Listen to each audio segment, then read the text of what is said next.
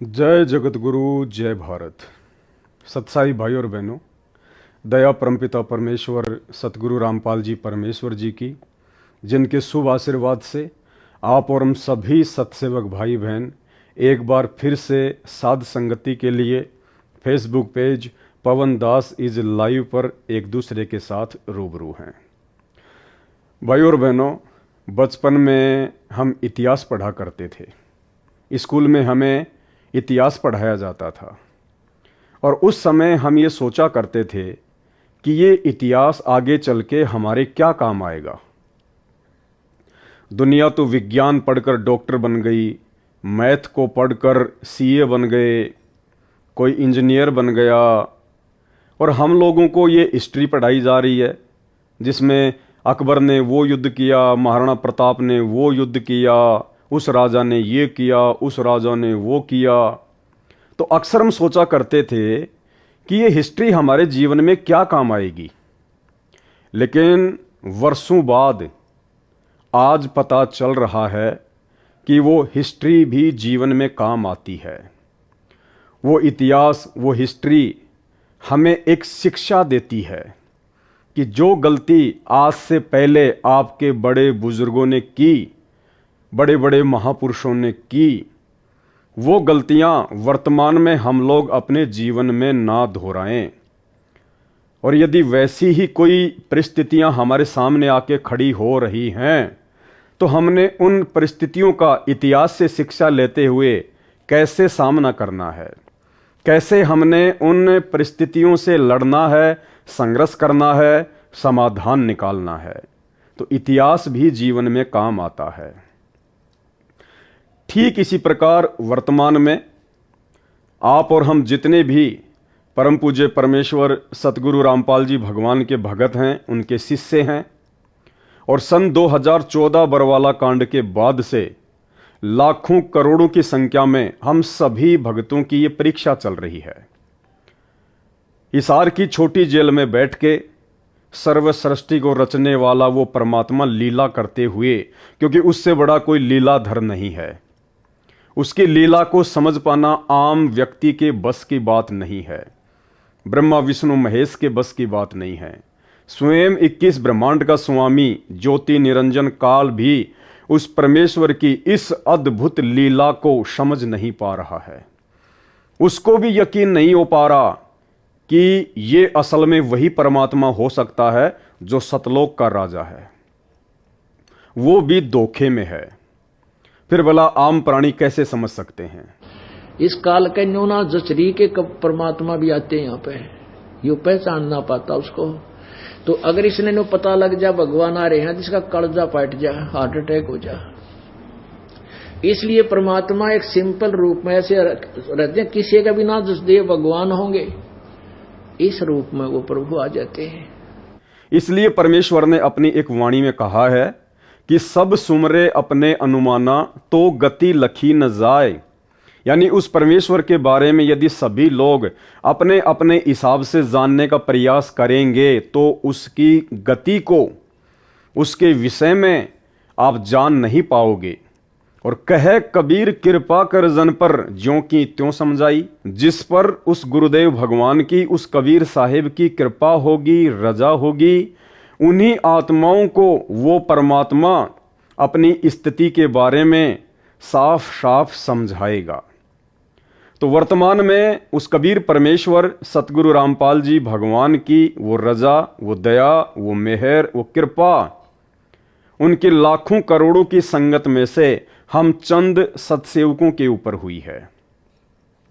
और आप और हमारा एक बहुत बड़ा सौभाग्य कि सन 2014 बरवाला कांड के बाद से जो गलतियां हमारे बड़े भाई सतलोक आश्रम मैनेजमेंट हरियाणा वाले पूज्य गुरुदेव सतगुरु रामपाल जी परमेश्वर जी के कलयुगी परिवार वाले, उनके कलयुगी बेटा बेटी, भाई बंधु, रिश्तेदार और जितने भी स्टेट कोऑर्डिनेटर और जिला कोऑर्डिनेटर हैं, ये लोग जो गलतियां अपनी आध्यात्मिक अज्ञानता, नादानी और सतगुरुदेव को परमेश्वर ना मान पाने के चलते लगातार जो करते जा रहे हैं, हर दिन कोई न कोई गलतियां ये करते ही करते हैं और हमें उन गलतियों से एक बहुत बड़ी शिक्षा मिलती जा रही है।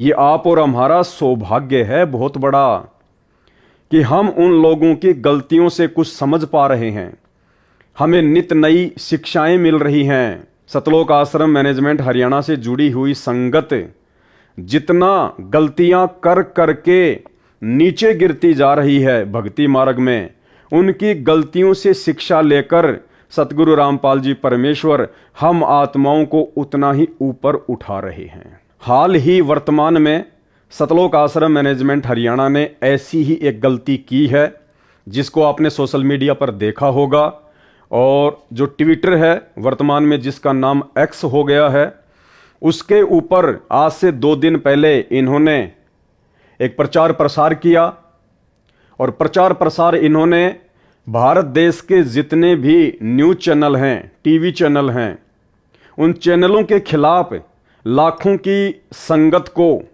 सतगुरुदेव भगवान का आदेश बताकर इन्होंने एक मुहिम चलाई। और वो मुहिम क्या थी ये स्क्रीन पर आपके सामने है। आपको पता होगा इस व्यक्ति के बारे में। अभी कुछ ही दिन पहले उत्तर प्रदेश के हाथरस में एक सत्संग था भोले बाबा का, श्री नारायण साकार हरि जिनको कहते हैं, ये वही व्यक्ति हैं। और इनके सत्संग में लाखों की संख्या में भीड़ आ गई और इनके जाने के बाद कहा जाता है कि वहाँ पर भगदड़ मच गई, जिसमें सैकड़ों की संख्या में औरतें, बच्चे और बुजुर्ग व्यक्ति मारे गए और कई सैकड़ों की संख्या में लोग बुरी तरह से घायल हो गए। उसके बाद में मीडिया को तो मौका चाहिए, मीडिया को तो बहाना चाहिए। मीडिया तो 24 घंटे यही देखता रहता है कि कहाँ से क्या मसाला मिले, क्योंकि 24 घंटे उनको कुछ न कुछ अपने चैनल पर दिखाते रहना होता है। तो मीडिया को एक न्यूज़ मिल गई और मीडिया ने बहुत सारे बाबाओं का नाम, बहुत सारे संतों का नाम श्री साकार नारायण हरि के साथ में जोड़कर प्रचार प्रसार करना शुरू कर दिया।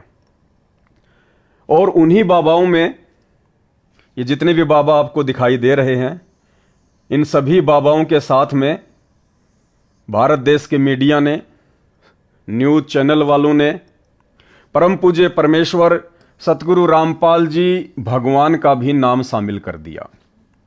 और बहुत सारे अनर्गल आरोप, झूठे आरोप, बेबुनियादी आरोप भारतीय मीडिया ने परम पूज्य परमेश्वर सतगुरु रामपाल जी भगवान के ऊपर भी लगाए। उसके बाद जैसे ही इस बात का सतलोक आश्रम मैनेजमेंट हरियाणा वालों को पता चला कि हमारे गुरुदेव का नाम भी इन न्यूज़ चैनल वालों ने, मीडिया वालों ने अन्य नकली संतों के साथ में जोड़ दिया है और लगातार गुरुदेव के विषय में झूठी खबरें चलाई जा रही हैं, दिखाई जा रही हैं। उसके बाद सतलोक आश्रम मैनेजमेंट हरियाणा ने लाखों की संगत को एक फरमान पारित कर दिया। जितने भी लोग सोशल मीडिया से जुड़े हुए हैं, जो लोग सोशल मीडिया पर, फेसबुक पर, यूट्यूब पर, एक्स पर, ट्विटर पर, इंस्टाग्राम पर जो सेवा करते हैं, उन सभी के पास में एक मैसेज वायरल कर दिया कि हम आपको एक मटेरियल बना के भेज रहे हैं, हम आप लोगों को तरह तरह के पोस्टर बना के भेज रहे हैं। उन पोस्टर्स को आप लोगों ने ज़्यादा से ज़्यादा ट्विटर पर, एक्स पर, इंस्टाग्राम पर, यूट्यूब पर, फेसबुक पर शेयर करना है। और संगत तो संगत है बेचारी, संगत तो हमेशा से नादान ही रही है, हमेशा से भोली ही रही है। और यही कारण है 4 युग बीत चुके हैं, हमेशा स्वार्थी लोगों ने अपने स्वार्थ के लिए, अपनी मान बढ़ाई के लिए, अपने अहंकार के चलते, अपने धार्मिक धंधे के चलते उस भोली और नादान संगत का जमकर फायदा ही उठाया है। और वही फायदा वर्तमान में परम पूज्य परमेश्वर सतगुरु रामपाल जी के नाम की आड़ में उनके परिवार वाले, सतलोक आश्रम मैनेजमेंट हरियाणा वाले निरंतर उनके लाखों पढ़े लिखे भक्तों का उठा रहे हैं। भ्रष्ट मीडिया डूब मरो, गलत खबरें दिखाना बंद करो। संत रामपाल जी महाराज का शिष्य हूँ। ये जो आजकल जो भी भारत के अंदर जितने भी बाबा हैं, यौन शोषण के माध्यम से उनके ऊपर कोई केस लगता है तो हमारे जगत गुरु तत्वदर्शी संत रामपाल जी महाराज का भी नाम उनमें ऐड किया जाता है। तो ये सरासर गलत है, क्योंकि लाखों करोड़ों अन्यायों के दिल के ऊपर ठेस पहुंच रही है। और नहीं तो कोई संत रामपाल जी महाराज के ऊपर आज दिन तक कोई एविडेंस है कि उनके ऊपर यौन शोषण का केस लगा हुआ है। वो जितने भी उनके ऊपर केस थे वो 22 बरी हो गए और 2 केस अभी और हैं, वो कोर्ट में विचाराधीन है। तो जितने भी अनुयायी हैं संत रामपाल जी महाराज के, वो आज लाखों अन्यायों के ऊपर आपने मीडिया के माध्यम से उनके दिल के ऊपर ठेस पहुंचाई है। और हम अभी तैयार हैं, हम कोर्ट में मानहानि का केस करेंगे आपके खिलाफ, और आप भी तैयार हो जाएं, क्योंकि संत रामपाल जी महाराज जगत के तारणहार हैं, उनके ऊपर कोई यौन शोषण का केस नहीं है। भ्रष्ट मीडिया माफी मांगो, वरना कार्यवाही के लिए तैयार रहो। क्योंकि भाई और बहनों, ये आस्था, श्रद्धा और भक्ति का खेल कुछ ऐसा ही होता है। कहते हैं धर्म नहीं ये धंधा है, यहां पढ़ा लिखा भी अंधा है। भक्ति मार्ग ऐसा ही है, इसमें आदमी की आंखें बहुत देर में जाके खुलती हैं, तब तक देर हो चुकी होती है। खैर जो भी है, दास आज जो लाइव आया है, तो मेरा लाइव आने का मुख्य मोटिव केवल यही है कि जो गलती वर्तमान में परम पूज्य परमेश्वर सतगुरु रामपाल जी भगवान से पूर्ण आध्यात्मिक ज्ञान लेने के बाद लाखों की संख्या में उनके पढ़े लिखे भगत कर रहे हैं, हम सत्सेवक भाई बहनों ने, जिनको परमपिता परमेश्वर जी ने सतलोक के लिए चुना है, जिनको एक नेक और सुयोग्य और ज्ञानी भगत बनाने के लिए साध संगति से जोड़ा है, सत्सेवक का नाम दिया है, हम भाई बहन, हमारे उन बड़े भाई बहन सतलोक आश्रम मैनेजमेंट हरियाणा वालों द्वारा हर दिन की जाने वाली गलतियों से शिक्षा लेकर, सबक लेकर अपने जीवन में इतने सावधान हो जाएं कि निकट भविष्य में ये काल हमसे छोटी से छोटी गलती भी ना करवा पाए,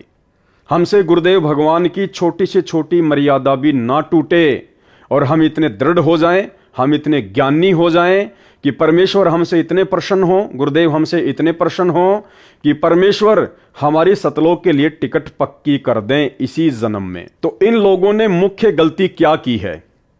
देखिए, यदि आपके गुरु के बारे में, आपके परमेश्वर के बारे में यदि कोई उल्टा सीधा बोलेगा तो ठीक है, भगत का ये कर्तव्य बनता है, भगत का ये दायित्व बनता है कि उसको समझाए। अब बोलने को तो इस श्री नारायण साकार हरि के जो भगत हैं वो भी मीडिया के खिलाफ कुछ न कुछ वीडियो बनाए रहे हैं, कुछ न कुछ बातें आपस में बोल ही रहे हैं कि भाई हमारे गुरुदेव की गलती नहीं है, ये तो भीड़ की गलती है। हमारे गुरुजी ने तो साफ साफ मना कर दिया था कि जब भी आप सत्संग में आओ, आप जी बुजुर्गों को लेके मत आया करो, जो लोग ज़्यादा बीमार हैं उनको लेके मत आया करो, अपने छोटे छोटे बच्चों को लेके मत आया करो। तो इनकी एक शिष्या थी, उनका मैं एक वीडियो देख रहा था, तो इस प्रकार से वो बहन कह रही थी कि इसमें हमारे श्री नारायण साकार हरि प्रभु का कोई दोष नहीं है, हमारे प्रभु तो हमेशा भक्तों को सावधान करते हैं। उन्होंने तो पहले कह दिया था कि बच्चे, बुजुर्ग और बीमार व्यक्तियों को लेके मत आना। और वैसे भी ये भगदड़ हमारे श्री नारायण साकार हरि प्रभु के जाने के बाद में मची है, भगत लोग उनके वचनों पे नहीं चलते, इसमें हमारे प्रभु की कोई गलती नहीं है। तो भगत के ऐसे भाव होते हैं, इसमें कोई दो राय नहीं है, लेकिन ज्ञान कुछ और है। जिस ज्ञान से ये 90% दुनिया बेखबर है, जिस ज्ञान से स्वयं सतगुरु रामपाल जी परमेश्वर जी के 90% भगत बेखबर हैं। तो ठीक है, जब इस प्रकार की न्यूज कोई भी आपके गुरु या परमात्मा के प्रति चलाता है तो मन में इस प्रकार के विचार आते हैं कि हम उनको समझाने का प्रयास करें, लेकिन सिर्फ समझाने का प्रयास ही करना चाहिए, क्योंकि भक्ति मार्ग जगत के मार्ग से अलग होता है, डिफरेंट होता है। भगत की कुछ मर्यादाएं होती हैं, भगत को जगत वालों से एक्स्ट्रा आध्यात्मिक ज्ञान होता है, उसके बाद भगत का बोलना चलना, भगत का रिएक्शन, भगत का हाव भाव दुनिया वालों से बहुत ज़्यादा डिफरेंट हो जाता है। और वो दिखाई भी देना चाहिए, जब वो समय आता है, जब वो परिस्थितियाँ आता है, तो वो दिखाई भी देना चाहिए कि यदि आप भक्ति मार्ग से जुड़े हुए हैं तो आप में जगत वालों से कुछ डिफरेंट क्या है। अगर आप भी उन्हीं की तरह रिएक्शन करने लग जाएंगे तो क्या फायदा आपका भक्ति करने का, क्या फायदा आपका एक भगत कहलाने का। तो यहां पे सतलोक आश्रम मैनेजमेंट हरियाणा वालों ने, गुरुदेव भगवान के कलयुगी परिवार ने, और उस कलयुगी परिवार के पीछे, सतलोक आश्रमों के पीछे जुड़ी हुई 90% संगत ने थोड़ा सा अपने गुरुदेव भगवान के ज्ञान को आधार नहीं बनाया।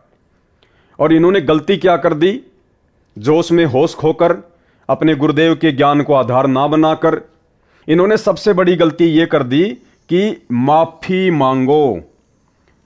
इन्होंने सभी मीडिया चैनल वालों को कहा कि माफी मांगो कि आप लोगों ने सतगुरु रामपाल जी के विषय में, कि उनके ऊपर लड़कियों की छेड़ाछाड़ी का आरोप है, उनके ऊपर बलात्कार का आरोप है, उनके आश्रम में ये होता था वो होता था, सभी बाबा एक जैसे हैं, यानी जैसा भी मीडिया वालों ने दिखाया आप लोगों ने अच्छे से देखा होगा। और सतलोक आश्रम मैनेजमेंट हरियाणा ने फिर एक मुहिम छेड़ दी आनन फानन में। सभी भक्तों को फरमान जारी कर दिया कि हम आपको जो पोस्टर बना बना के भेज रहे हैं, आप इन पोस्टर्स को ज्यादा से ज्यादा वायरल करें, ज्यादा से ज्यादा शेयर करें, और जितने भी मीडिया चैनल वाले हैं उनके ऊपर हम दबाव बनाएं और उनको हम मजबूर करें अपनी उस गलती को सुधारने की, कि वो माफी मांगें। ये जो शब्द है भाई और बहनों, माफी मांगें, ये शब्द आध्यात्मिक क्षेत्र में जायज नहीं है। यदि आपको पूर्ण ज्ञान है, यदि आपके गुरु तत्वदर्शी संत हैं, और यदि आपको ऐसे परम संत से ज्ञान प्राप्त है, तो फिर उनके भक्तों का इस प्रकार से जगत के प्रति रिएक्शन नहीं होना चाहिए। दुनिया वालों से माफी मंगवाना, दुनिया वालों के ऊपर दबाव डालकर, प्रेशर डालकर उनसे माफी मंगवाना, ये तत्वदर्शी संत के भक्तों के लक्षण नहीं होते हैं। ये बातें दर्शाती हैं कि आज भी भले ही आपको 20 वर्ष हो गए हों, 15 वर्ष हो गए हों, 10 वर्ष हो गए हों, भले ही आपको प्रथम मंत्र प्राप्त हो, सतनाम प्राप्त हो या सारनाम प्राप्त हो, लेकिन अभी भी आप जी अपने गुरुदेव भगवान के ज्ञान को आधार नहीं बना पाए हैं। अभी आप एक योग्य, सुयोग्य और ज्ञानी भगत की लिस्ट में शामिल नहीं है। देखो, परमेश्वर ने हमें बहुत तरीकों से समझाया है कि भक्तों को कैसे रहना चाहिए, भक्तों का आचार विचार व्यवहार कैसा होना चाहिए। और दूसरी बात भाई और बहनों, आज सतलोक आश्रम मैनेजमेंट हरियाणा को, गुरुदेव के कलयुगी परिवार को इस बात को लेकर पेट में दर्द क्यों हो रहा है, इस बात को लेकर उनके अंदर जोश पैदा क्यों हो रहा है, जब मीडिया इस प्रकार की खबरें अन्य पाखंडी और नकली साधु संत महात्माओं के साथ जोड़कर सतगुरु रामपाल जी परमेश्वर जी के विषय में भी बता रही है। तो आज इन सतलोक आश्रमों से जुड़े हुए लोगों को दर्द क्यों हो रहा है? भाई, मीडिया को इस प्रकार की बातें कहने का मौका, मीडिया को परम पूज्य परमेश्वर सतगुरु रामपाल जी भगवान के खिलाफ इस प्रकार की झूठी न्यूज चलाने का मौका भी तो आप लोगों ने ही दिया है। अरे 2014 बरवाला कांड याद है या भूल गए? किसने करवाया था? किसकी मनमानियों से हुआ? आप लोगों ने भी तो उस समय वही हरकतें की थी, जो हरकतें इन नकली बाबाओं की संगत के द्वारा करने के कारण आज मीडिया वालों को इस प्रकार की न्यूज चलाने का मौका मिल रहा है। बल्कि आप तत्वज्ञानी भक्तों ने तो 2 कदम आगे बढ़ के कुकर्म किए थे। ये श्री नारायण साकार हरि के भगत, इन भक्तों ने कम से कम प्रशासन के साथ में लड़ाई झगड़ा तो नहीं किया। इन लोगों ने स्पेशल कोई काले कपड़े पहन के, काले कमांडो बन के प्रशासन के साथ में मारपीट तो नहीं की। ये तो खाली इनके गुरुदेव के जाने के बाद उनकी गाड़ी के पीछे दौड़ रहे थे और उसके बाद में भगदड़ मच गई और काफी लोगों की मृत्यु हो गई। लेकिन आप लोगों ने सन 2014 बरवाला कांड में जो स्वयं किया और लाखों की नादान संगत से करवाया, गुरुदेव का आदेश बताकर, अरे उस कुक्रम के आगे इन बाबाओं की संगत के कुक्रम तो कुछ भी नहीं है। फिर तुम्हारे पेट में दर्द क्यों हो रहा भाई? किसने अपनी मनमानी की बरवाला कांड में? क्या किसी भी व्यक्ति ने सन 2014 के बरवाला कांड में परम पूज्य सतगुरु रामपाल जी के मुख से यह सुना कि बच्चों में हिसार कोर्ट की तारीख पे नहीं जाना चाहता, बच्चों में चंडीगढ़ की तारीख पर नहीं जाना चाहता। और ये जो पुलिस आ रही है, जो प्रशासन के आदेश से, जुडिशरी के आदेश से, तुम इस पुलिस को आश्रम में मत आने देना, ढाल बन के खड़े हो जाओ, काले कपड़े पहन लो, कमांडो बन जाओ, बंदूकें, लठ और पेट्रोल बम तैयार कर लो, मर जाओ या मार दो, लेकिन पुलिस अंदर नहीं आनी चाहिए। क्या किसी भी भगत ने एक भी शब्द, एक भी स्टेटमेंट अपने गुरुदेव के मुख से इस प्रकार का सुना? तो भाई फिर किसके कहने पर वो नादान संगत, वो भोली संगत काले कमांडो बन गए, व्हाइट कमांडो बन गए, मरने मारने को तैयार हो गए, हाथों में 6-6 फुट के लठ पकड़ लिए, पेट्रोल बम तैयार कर लिए, छोटे छोटे ईंट और पत्थर के टुकड़े आश्रम की छत पे जमा कर लिए। और जैसे ही दिन के 12 बजे 18 नवंबर 2014 को पुलिस वालों के ऊपर आक्रमण कर दिया, उनके ऊपर डंडे बरसाने शुरू कर दिए, पत्थर फेंकने शुरू कर दिए। जवाबी कार्यवाही में पुलिस ने भी अपना एक्शन ले लिया, जिसमें हमारे भी तो 5 भगत और 1 बच्चे की मौत हो गई थी। अरे हमारे आश्रम के आगे भी तो उसी प्रकार से मौत हुई थी भगदड़ मचने के कारण। जिस प्रकार से उत्तर प्रदेश के हाथरस में श्री नारायण साकार हरि के सत्संग में उनके भक्तों की मौत हो गई। फिर आप किस बात को लेकर मीडिया से खफा हैं? किस बात को लेकर आप मीडिया से नाराज हैं भाई? ये मौका मीडिया को वर्तमान में इस प्रकार का झूठ फैलाने का सतगुरु रामपाल जी परमेश्वर जी के विरुद्ध किसने मौका दिया? आप भक्तों ने तो मौका दिया, आप बड़े बड़े कोऑर्डिनेटरों ने तो मौका दिया, आप गुरुदेव के भाई ने तो मौका दिया, आप गुरुदेव के बेटा बेटियों ने, उनके परिवार वालों ने, रिश्तेदारों ने तो मौका दिया। तो भाई फिर पेट में दर्द किस बात का? सहन करो फिर, और अपनी गलतियों को नजरअंदाज क्यों कर रहे हो? और फिर से तुम वही गलतियां वर्तमान में लाखों की नादान और भोली संगत को मोहरा बनाकर करवाने जा रहे हो। भाई और बहनों, जिस प्रकार इन लोगों ने, सतलोक आश्रम वालों ने संगत, पैसा और पावर के बलबूते पर 2014 में अपनी मनमानी हरकतें करते हुए गुरुदेव के ज्ञान, सत्संग और शिक्षाओं के विरुद्ध मनमाना आचरण करते हुए लाखों की संगत को गुरुदेव का वचन तुड़वाकर प्रशासन के सामने मरने मारने के लिए खड़ा कर दिया था, वही गलतियां आज 10 साल के बाद ये लोग फिर से संगत से करवा रहे हैं। कुछ नहीं बदला इन लोगों का, जरा भी चेंज नहीं हुआ इन लोगों में। क्योंकि परमेश्वर अपने सत्संगों में भाई और बहनों हमें बहुत तरह से समझाते हैं कि काल का जीव कौन होता है और सतगुरु का जीव कौन होता है। परमेश्वर ने हमें बताया कि कोटि वर्ष करो संगत संतों की, और पत्थर का जल में क्या भीजे, एक चंदन बन में रंग ला दे, बांस बिटंबी ना सीजे। जिस प्रकार पत्थर को यदि आप 1 करोड़ वर्ष तक भी जल में भिगो के रखो, जल में डाल के रखो, और 1 करोड़ वर्ष बाद भी यदि उसको बाहर निकालकर आपस में रगड़ो, वो चिंगारी ही पैदा करेगा। जबकि गुरुदेव ने बताया कि जल का स्वभाव होता है निर्मल करना।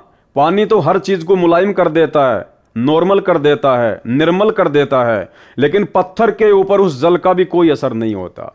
इसी प्रकार जो काल के जीव होते हैं, जो काल के प्राणी होते हैं, जो भक्ति के अधिकारी जीव नहीं होते हैं, उनके ऊपर सतगुरु के वचनों का, सतगुरु के ज्ञान का, सतगुरु की शिक्षाओं का कोई असर नहीं होता है। वो आत्मा चाहे 1 करोड़ वर्ष भी उस संत की संगत करें, उसके चरणों में रहें, तो भी उनके ऊपर ज्ञान का कोई असर नहीं होता है। फिर परमेश्वर ने बताया कि जैसे सर्प चंदन लिपटाई, तन भया शीतल पर विष नहीं जाई।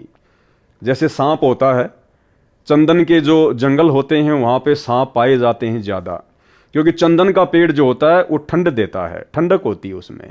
और सांप के अंदर, सर्प के अंदर अपनी गर्मी बहुत ज्यादा होती है, और ठंड प्राप्त करने के लिए वो सांप चंदन के पेड़ के चारों तरफ लिपट जाता है, बिल्कुल शांत दिखाई देता है, साधु दिखाई देता है। और परमेश्वर कहते हैं उसको जरा सा यदि आप छेड़ दो, तुरंत फन उठा के खड़ा हो जाएगा, तुरंत। तो परमेश्वर ने उस सांप की तुलना काल के जीव के साथ की है कि जैसे सर्प चंदन लिपटाई, तन भया शीतल पर विष नहीं जाई। वो शरीर तो शीतलता महसूस कर रहा है, लेकिन उसके अंदर का जहर नहीं गया। तो इसी प्रकार जो संत होते हैं, जो तत्वदर्शी संत होते हैं, वो चंदन के पेड़ की तरह होते हैं। उनका काम होता है शीतलता देना। और जो काल के जीव होते हैं वो होते हैं उस सांप की तरह, सर्प की तरह। वो उस संत के चरणों में रहकर, संत के समीप रहकर, संत से शिक्षा और दीक्षा लेकर भी जब तक वो संत के पास रहेंगे तब तक तो वो भगत दिखाई देंगे, सांप की तरह शीतल दिखाई देंगे। और जब वो विषम परिस्थितियां कभी उसके सामने पैदा होती हैं, उस समय वो अपना असली रंग, अपना असली रूप दिखा देता है, अपना असली मनमाना आचरण दिखा देता है। तो ये हाल वर्तमान में सतलोक आश्रम मैनेजमेंट हरियाणा और उनसे जुड़ी हुई लाखों की संख्या में नादान संगत की हो रही है। ये लोग इस प्रकार की घटनाओं को अंजाम देकर ये साबित कर देते हैं कि हमने अभी तक सतगुरु रामपाल जी परमेश्वर जी के ज्ञान को 1% भी नहीं समझा है। और अब भी आपकी आंखें नहीं खुलेंगी और आपकी प्रेरणा नहीं बनेगी तो फिर इंसान नहीं, पत्थर हो तुम, पत्थर। कोटि वर्ष करे संगत संतों की, पत्थर का जल में क्या बूझे, चंदन बन में रंग ला दे, एक बांस बिटन भी ना सींचे। पत्थर को जल में डाल दे, कितने गहरे जल में डाल दे, कितने दिन डाले रखे, उसका कोई असर जल का नहीं होता। नहीं, जल से तो नरम होता है पदार्थ, बाहर निकालते उसको घिसा दे दूसरे पत्थर से, जो का तुम चिंगारी निकलेंगे। तो पत्थर जैसे प्राणियों को किसी चीज का असर नहीं होता। ये अमृतवाणी उन पुण्यात्माओं को झंझोड़ कर रख देंगी जिनकी आंखें काल में अज्ञान से बंद कर रखी। तो ये संतों के लक्षण नहीं होते हैं। माफी मंगवाना ये भगतों के लक्षण नहीं होते हैं। भगत हमेशा आधीन होता है, भगत हमेशा झुक के चलता है, भगत हमेशा विनम्र होता है। यदि फिर भी कोई आपके गुरुदेव के बारे में इस प्रकार की अनर्गल बातें करता है, चाहे वो मीडिया हो, चाहे कोई आम व्यक्ति हो, तो भगत का ये दायित्व बनता है, भगत का ये कर्तव्य है कि भगत उसको प्यार प्रेम से समझाए कि भाई देखो, आप जिस प्रकार की बातें कर रहे हैं ऐसा कुछ भी नहीं है। हम सतगुरु रामपाल जी परमेश्वर जी के शिष्य हैं, हम उनसे जुड़े हुए हैं, हकीकत कुछ और है जिससे आप लोग अपरिचित हो। तो आप लोग इस प्रकार की झूठ हमारे गुरुदेव भगवान के खिलाफ ना फैलाएं और जो सत्य है आप उसको जानने का प्रयास करें।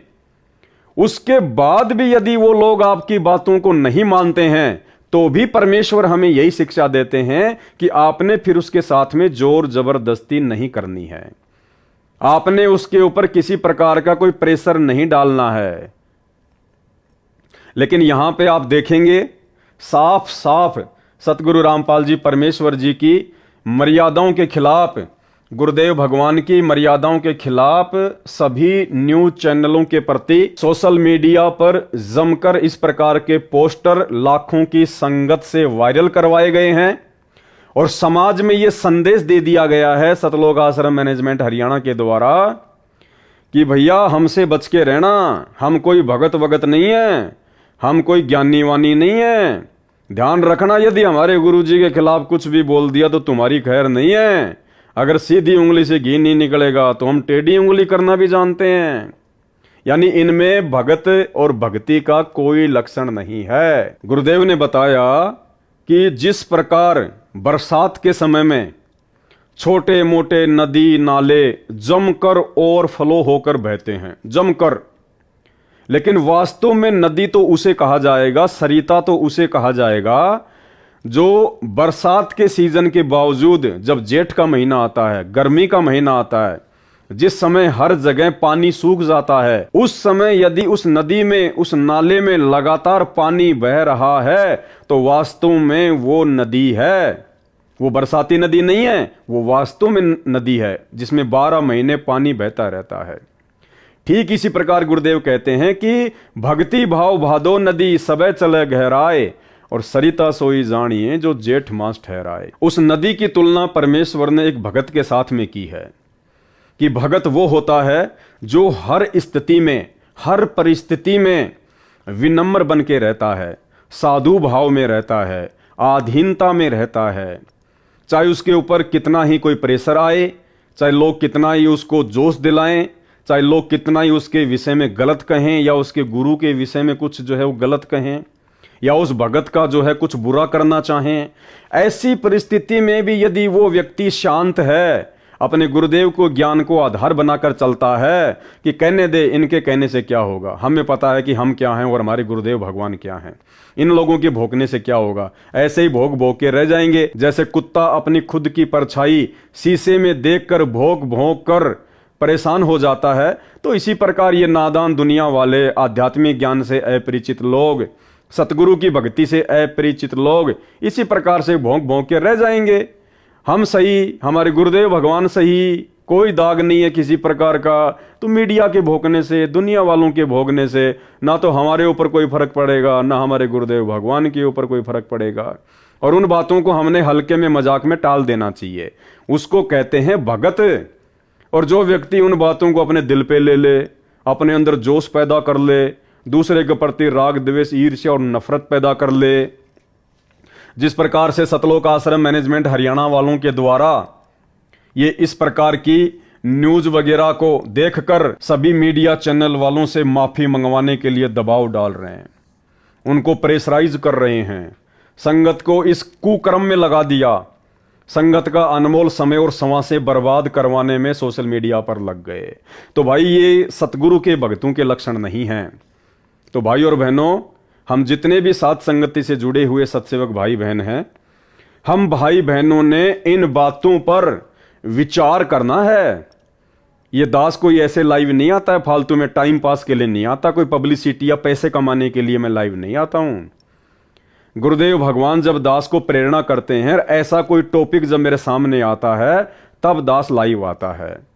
और लाइव आने का एक ही मकसद होता है कि हमें कुछ नया सीखने को मिले, हमें कुछ शिक्षा मिले, क्योंकि हम लोग वर्तमान में विद्यार्थी हैं, स्टूडेंट हैं, और हम लोगों को कुछ न कुछ अच्छा जीवन में, भक्ति मार्ग में सीखते रहना चाहिए। तो ये परमेश्वर जी की बहुत बड़ी दया, बहुत बड़ी मेहर, वर्तमान में परमात्मा ने अपनी संगत में ऐसी परिस्थितियां पैदा कर दी हैं, जिन परिस्थितियों के मद्देनजर केवल आप और हम सत्सेवक भाई बहन ही गुरुदेव के ज्ञान को आधार बनाकर किन्हीं घटनाओं पर निष्कर्ष निकाल सकते हैं। अन्यथा जिन घटनाओं को लेकर दास लाइव आया है, आप सत्सेवक भाई बहन भी इस बात से भली भांति परिचित हैं कि जो वर्तमान में सोशल मीडिया पर न्यूज चैनल वालों के खिलाफ जिस प्रकार से माफी मंगवाने की ये पोस्ट वगैरह वायरल की जा रही है, ये ज्ञान आधार से उचित नहीं है। आप भी अच्छी प्रकार से इन बातों को जानते हैं। लेकिन वो लोग जो हमारे ही भगत भाई बहन हैं, उनको भी गुरुदेव भगवान ने उसी आश्रम में बैठा के ज्ञान दिया, वही नाम दिया, वही उनको सत्संग सिखाए, अलग से कोई जो है कोचिंग वगैरह ना हमें दी ना उनको दी। फिर वो लाखों की करोड़ों की भीड़ भला गुरुदेव के ज्ञान को आधार बनाकर इन बातों पर विचार क्यों नहीं कर पा रही? क्यों वो किसी के मनमाने आचरण को अपने ऊपर धारण करके समाज में फैलाने लग जाते हैं? जैसा कि सतलोक आश्रम मैनेजमेंट हरियाणा के द्वारा सभी न्यूज चैनलों के खिलाफ इस प्रकार से माफी मांगे ये न्यूज वगैरह फैलाई जा रही है, ये पोस्ट वगैरह वायरल की जा रही है। तो हम सत्सेवक भाई बहनों ने बहुत ही सावधान होकर एक एक कदम सोच समझकर इस भक्ति मार्ग में आगे रखना है। यदि आप में से किसी सत्सेवक भाई बहन ने जो साथ संगति से जुड़ा हुआ है, यदि आपने गलती से इस प्रकार की ये पोस्ट वगैरह जो सतलोक आश्रम मैनेजमेंट हरियाणा वालों के द्वारा वायरल की जा रही है, अगर आपने भी कर दी है, तो सबसे पहले तो उस पोस्ट को अपनी फेसबुक से, अपने इंस्टाग्राम से या अपने ट्विटर से तुरंत डिलीट कर दें और उसके बाद गुरुदेव भगवान को दंडवत करके माफी मांगें कि हे परमेश्वर, आपके दास या दासी से ये गलती हुई है। परमात्मा, मैंने आपके ज्ञान को आधार नहीं बनाया। परमात्मा, मैं क्षमा प्रार्थी हूं। हे परमेश्वर, आप तो शब्द स्वरूपी राम हैं, आप तो परमेश्वर हैं, परमात्मा हैं। भला आपके दामन पर कौन बदनामी के छींटे लगा सकता है और कैसे लग सकते हैं? आप तो उस कमल के फूल की भांति हैं परमेश्वर गुरुदेव भगवान, जिस कमल के पत्तों के ऊपर कीचड़ कभी ठहर ही नहीं सकता। तो इसी प्रकार परमेश्वर, आपके ऊपर ये आप ही के बच्चे, ये मीडिया वाले भी तो परमात्मा के ही बच्चे हैं, ये भी तो उसी सतगुरु की आत्माएं हैं। ठीक है, वर्तमान में उनको ज्ञान नहीं है, उनको परमेश्वर की स्थिति का आभास नहीं है। आप और हमारा सौभाग्य जो गुरुदेव ने शरण में ले लिया, ज्ञान दे दिया, हम पहचान गए। हैं तो वो भी मालिक के बच्चे, हैं तो वो भी गुरुदेव भगवान की आत्माएं। तो वो वर्तमान में उनको पहचान नहीं पा रही, उनको समझ नहीं पा रही, और वो वर्तमान में अपने बाप के ऊपर इस प्रकार से बदनामी के छींटे डाल रहे हैं। लेकिन बाप तो बाप है, कोई सामान्य व्यक्ति तो है नहीं, कोई सामान्य संत तो है नहीं, ये तो सर्व सृष्टि रचनहार कुल मालिक असंख्य ब्रह्मांडों का स्वामी है। तो इनके ऊपर ना तो किसी राजनीतिक पार्टी के द्वारा फेंके गए कीचड़ का दाग लगता है, ना किसी न्यूज चैनल के द्वारा फेंके गए कीचड़ का दाग लगता है। ये तो शुद्ध है, पाक है, पवित्र है, निर्विकार है, निर्लेपम परमात्मा है। तो हम सत्सेवक भाई बहनों ने वर्तमान में जो गुरुदेव ने हमें एक मौका दे रखा है, और ये मौका भाई और बहनों ज्यादा समय तक नहीं मिलेगा। जब तक गुरुदेव भगवान हिसार जेल से अपनी लीला पूरी करके, अपने मिशन को पूरा करके हम भक्तों के बीच में नहीं आ जाते हैं, तब तक का ही समय है कि हम अपने आप को भगत बना लें। अपने अंदर जो भी कमजोरियां हैं, सामाजिक, व्यवहारिक या आध्यात्मिक, सब प्रकार की कमजोरियों को हम दूर कर लें और एक भगत बन जाएं, ताकि परमेश्वर हमसे प्रसन्न हो। तो ये गलतियां हम सत्सेवक भाई बहनों ने बिल्कुल भी नहीं करनी है। अब इन लोगों ने क्या किया भाई और बहनों, आज से लगभग 2 या 3 साल पहले भी इसी प्रकार से मीडिया वालों ने परम पूज्य सतगुरु रामपाल जी परमेश्वर जी के खिलाफ झूठी खबरें दिखाई थी अपने चैनलों पर। और उस समय भी इन सतलोक आश्रम मैनेजमेंट हरियाणा वालों ने, इन कोऑर्डिनेटर लोगों ने, गुरुदेव के बेटा बेटी, भाई बंधु, रिश्तेदारों ने इसी प्रकार से अपनी अज्ञानता और आध्यात्मिक ज्ञानहीनता का परिचय देते हुए लाखों की संगत को इकट्ठा किया। और दिल्ली के नोएडा में जिस न्यूज चैनल ने यह खबर चलाई थी संत रामपाल जी के खिलाफ, इन्होंने संगत को बसों में भर भर के उन मीडिया चैनल वालों के ऑफिस के आगे जमा कर दिया। उनके ऊपर दबाव बनाया कि आपने ये गलत किया, आपने ये गलत किया, माफी मांगो, माफी मांगो, माफी मांगो, जो कि सतगुरु रामपाल जी के ज्ञान और शिक्षाओं के बिल्कुल खिलाफ है। तो उस समय इन्होंने ऐसा किया, जिसमें कुछ न्यूज़पेपर भी शामिल थे, कुछ टीवी चैनल भी शामिल थे। तो ऐसे ही एक ये राजस्थान का अखबार था दैनिक भास्कर, इन्होंने भी संत रामपाल जी के खिलाफ यौन शोषण से संबंधित ऐसी झूठी खबर फैलाई थी। और इन लोगों ने संगत को इकट्ठा करके उनके ऑफिस के आगे खड़ा कर दिया, उनके ऊपर दबाव बनाया। तो मीडिया का क्या काम है भाई और बहनों, मीडिया ने दूसरे दिन ये वाली न्यूज वापस निकाल दी। रामपाल पर नहीं है दुष्कर्म के आरोप। आसाराम प्रकरण के दौरान 26 अप्रैल को भास्कर में प्रकाशित दुष्कर्म, सेक्स रैकेट और गलत काम के मामले में रामपाल का नाम भी प्रकाशित हुआ है। रामपाल के खिलाफ दुराचार और सेक्स रैकेट के आरोप नहीं हैं। भूलवश रामपाल को लेकर समाचार प्रकाशित हो गए। भास्कर का उद्देश्य कभी भी किसी अनुयायी की धार्मिक भावनाओं को आहत करना नहीं रहा है। तो जब इन्होंने दबाव बनाया तो न्यूज चैनल वालों ने इस प्रकार की छोटी सी न्यूज अपने अखबार के कोने में डाल दी और ये लोग खुश हो गए।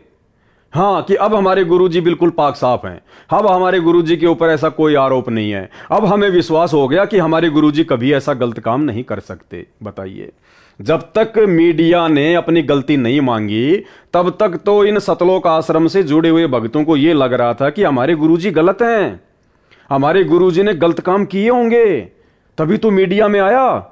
तभी तो मीडिया की उस न्यूज को देखकर ये लाखों की संगत नाराज हो गई, लाखों की संगत के मन में दोष पैदा हो गया। और जैसे ही मीडिया ने अपनी गलती मांगी तो ये प्रसन्न हो गए, ये खुश हो गए कि अब हमारे गुरुजी बिल्कुल पाक साफ हैं।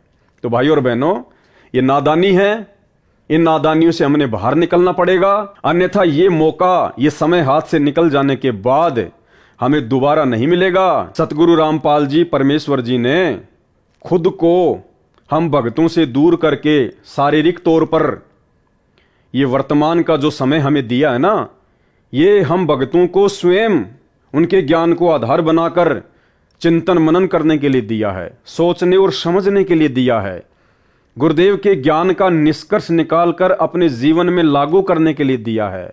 हम एक नेक और अच्छे भगत बन सकें, हम अपने गुरुदेव की पहचान कर सकें, इसलिए गुरुदेव ने हमें यह समय दिया है। ये उनके मिशन का एक अंग है, उनकी लीला का एक हिस्सा है, और इसको उनकी रजा के बिना हर कोई भगत भाई बहन नहीं समझ सकते। तो भाई और बहनों, इसी प्रकार गुरु को मानुष मानने वाला प्राणी, गुरु को अपने जैसा एक मनुष्य, एक आम व्यक्ति, एक आम संत मानने वाला व्यक्ति, भगत, प्राणी, वो हमेशा दुविधा में भी रहता है और वो धोखे में भी रहता है। जिस प्रकार से ये सतलोक आश्रम मैनेजमेंट हरियाणा वाले गुरु को मानुष मानने के चलते धोखे में भी हैं और दुविधा में भी हैं, और आज इस लाखों की संगत की स्थिति बिना पैंदे के लोटे की तरह हो रही है। 2014 बरवाला कांड के बाद से हम सभी सत्सेवक भाई बहन देखते ही आ रहे हैं किस प्रकार से संगत का आर्थिक और शारीरिक दोहन किया गया है, शोषण किया गया है। सबसे पहले तो बरवाला कांड में किया गया, गुरुदेव के कलयुगी परिवार के द्वारा, इन्हीं कोऑर्डिनेटरों के द्वारा अपना मनमाना आचरण भक्तों के ऊपर थोप दिया। नाम गुरुजी का, लठ ले लो हाथों में, पेट्रोल बम तैयार कर लो, ये बंदूकें पकड़ लो, मरने मारने के लिए तैयार हो जाओ, काले कपड़े पहन के कमांडो बन जाओ, मरेंगे, मार देंगे, लेकिन पुलिस को आश्रम में नहीं आने देंगे। और हर आदेश के पीछे नाम जोड़ दिया, गुरुजी का आदेश है, गुरुजी का आदेश है। अब हम नादान भगत भाई बहन इस काल के षड्यंत्र को समझ नहीं पाए, क्योंकि परमेश्वर कहते हैं कि जब तक हंसा हमरी आना और काल लगे ना तेरा बाणा, जब तक मेरा भगत मेरी मर्यादा में रहेगा काल तेरा दाव नहीं लग सकता। लेकिन उस समय परमात्मा के, सतगुरुदेव भगवान के सतलोक आश्रम में बैठे होने के बावजूद भी काल का दाव लग गया, और काल ने उन्हीं भक्तों को अपना मोहरा बनाया, अपना एजेंट बनाया, जिन्हें हम सतगुरुदेव के भाई बंधुओं के नाम से जानते हैं, उनके बेटा बेटी के नाम से जानते हैं, उनके रिश्तेदारों के नाम से जानते हैं, चंद कोऑर्डिनेटरों के नाम से जानते हैं। इन सब लोगों की पहले से ही मर्यादा टूटी हुई थी, क्योंकि ये गुरु को मानुष मानते थे और आश्रम में गुरु की शिक्षाओं पे कम और गुरुदेव के छोटे भाई महेंद्र की शिक्षाओं पर ज्यादा चलते थे, मनमाना आचरण करने में ज्यादा यकीन रखते थे, जिस कारण से काल का दाव लगा, काल को एक मौका मिला। और गुरुदेव भगवान ने भी ये देखना था, ये चेक करना था कि सन 1994 से 2014 तक मैंने इतना ज्ञान दे दिया, मैंने इतना इनको समझा दिया, इनकी बुद्धि में थोड़ा बहुत कुछ समाया भी है या नहीं है, ये अपने गुरु को जान पा रहे हैं, पहचान पा रहे हैं, या खाली देखा देखी में आ रहे हैं। सत्संग के नाम पे आ गए, खाए पिए, नहाए धोए, सोए और चल दिए, इस कान से सुने, इस कान से निकाल दिए। ये मेरे सत्संगों पर कुछ विचार भी करते हैं या नहीं करते हैं? ये सत्संग कर करके दिन रात जो मैंने एक कर दिए, इतना संघर्ष किया, ये मेरे संघर्ष को, मेरे मिशन को समझ भी पा रहे हैं या नहीं पा रहे हैं? कि गुरुदेव खाली टाइम पास या मनोरंजन के लिए सत्संग कर रहे हैं, या गुरुदेव हमें इन सत्संगों के माध्यम से कुछ बनाना चाहते हैं, कुछ समझाना चाहते हैं? गुरुदेव का मकसद क्या है, उनका मिशन क्या है, हमें क्या करना चाहिए? ये लोग खाली भेड़ चाल में चल रहे हैं या कुछ इनकी बुद्धि में भी समाया है? तो गुरुदेव भगवान भी चुपचाप रहे, कुछ नहीं बोले। परमात्मा ने भी भीड़ को छांटना था, क्योंकि देखो जहां गुरु और शिष्य परंपरा आ जाती है वहां पर परीक्षा होती होती है, कोई दो राय नहीं है। और इस परीक्षा से लीला करते हुए वर्षों पहले सतगुरु रामपाल जी को भी गुजरना पड़ा था, क्योंकि उन्होंने भी तो एक भगत की भूमिका की। 17 फरवरी 1988 को अपने मुंह बोले गुरुदेव आदरणीय राम देवानंद जी से उन्होंने नाम दीक्षा ली। जैसा कि 650 साल पहले इसी परमपिता परमेश्वर सतगुरु रामपाल जी ने कबीर नाम से आकर काशी के बनारस में और पंडित रामानंद जी से नाम दीक्षा ली थी, उनको अपना मुंह बोला गुरु बनाया था। दुनिया की नजरों में तो कबीर जी रामानंद जी के शिष्य थे, और रामानंद जी की नजरों में कबीर जी रामानंद जी के गुरु थे।